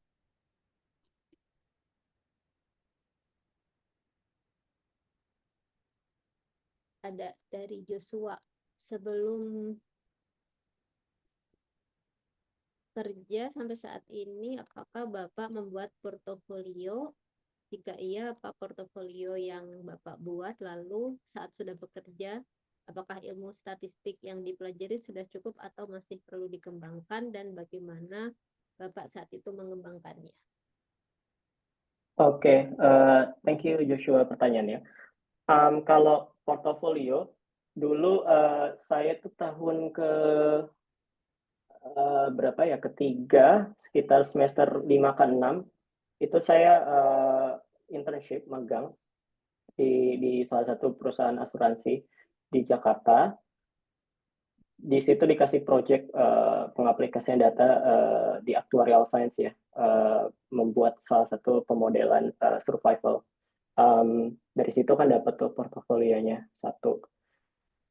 Nah selain magang waktu itu saya juga coba jump ke Kaggle project, karena di Kaggle itu kan banyak dataset dan banyak orang di forum itu yang udah saling sharing bagaimana cara orang-orang itu menganalisis datanya. Dari situ saya coba aja download dataset di Kaggle. Nah dari magang dan project di Kaggle itu plus beberapa tugas kuliah yang akhirnya ada yang jadi skripsi dan ada yang jadi project besar, mungkin kayak final project di satu mata kuliah ya, entah project atau individual project, itu saya masukin project-project itu ke CV saya. Dan saya salah satunya yang penting tadi kita bahas, saat saya menyebarkan project di CV atau saat interview itu, saya nggak cuman bilang oh saya menggunakan let's say logistic regression atau K-means clustering untuk memetakan A, B, C. Tapi saya juga bilang full business problems-nya apa dan impact bisnisnya seperti apa. Nah, untuk yang terakhir itu, kenapa saya bisa kira-kira mencari ya, itu karena saya coba googling sendiri keterkaitannya apa sih menggunakan data ini terhadap impact bisnis atau impact di project yang ada, seperti itu. Jadi agak dimodify sedikit. Dan itu biasanya cukup dilihat sama perusahaan ketika mereka baca CV. Nah, untuk mengembangkan pasti ya, tadi contohnya Google baru ngeluarin model baru, paper baru ya, jadi saya baca dan somehow model yang dikeluarkan itu relevan sama case study-nya. Jadi kita tetap terus ngikutin perkembangan yang ada. Dan apalagi dengan AI sekarang juga kita coba belajar sebenarnya large language model itu seperti apa sih, bedanya dengan statistical model seperti apa. Jadi kalau learning seperti itu, kalau kita memang pengen berkecimpung di data science, itu menurut saya sih wajib ya untuk diikuti, karena itu untuk memetakan kita supaya tetap relevan di industri dan di domain yang kita tuju. Seperti itu. Oke. Oke, terima kasih atas partisipasinya teman-teman. Karena waktunya sudah habis, mungkin saya mau ucapkan terima kasih juga ke Pak Rifki atas waktu sama kesediaannya berbagi pengalaman, kemudian penerapan data mining di dunia industri juga. Jadi mungkin di guest lecture ini akan memberikan gambaran nyata bagaimana teori-teori yang kita pelajari di perkuliahan itu bisa diterapkan untuk menyelesaikan bisnis problem gitu. Jadi saya harap kalian juga bisa dapat insight berharga tentang terutama proses end-to-end data science project, mulai dari business understanding sampai deployment itu seperti apa. Gitu ya, Pak ya. Oke, sekali lagi terima kasih Pak Rifki. Semoga sukses terus untuk proyek-proyek selanjutnya di karirnya juga. Untuk mahasiswa, nanti jangan lupa absen. Mungkin bisa kita akhiri ya, Pak ya. Iya, thank you Bu Irahma, Bu Neni sudah mengundang. Kita keep in touch. Jadi kalau ada apa-apa, feel free kita bisa discuss entah di LinkedIn, Rifki Muharram, atau di email rifkimuharram@gmail.com. Pertanyaan apapun kita coba discuss. Kalau teman-teman ada yang tanya, feel free ya, nanti dari situ. Karena saya senang kalau ada teman-teman dari Statistik ITS bisa sukses, teman-teman di bidangnya masing-masing, karena kita di sini kan satu keluarga besar ya. Jadi dan kita saling sharing di sini dan saling belajar bareng gitu teman-teman. Oke, terima kasih banyak Pak atas kesempatannya. Jangan ragu kalau ada pertanyaan lanjutan, silahkan menghubungi Pak Rifki di via tadi yang disebutkan platform-platform LinkedIn atau Gmail. Oke, mungkin karena waktunya sudah habis, mungkin bisa kita akhiri kuliah tamu hari ini. Saya tutup. Wassalamualaikum warahmatullahi wabarakatuh. Waalaikumsalam. Pak Rifki. Waalaikumsalam. Terima kasih. Sukses. Siap-siap Bu. Siap. Dadah. Goodbye teman-teman. Goodbye.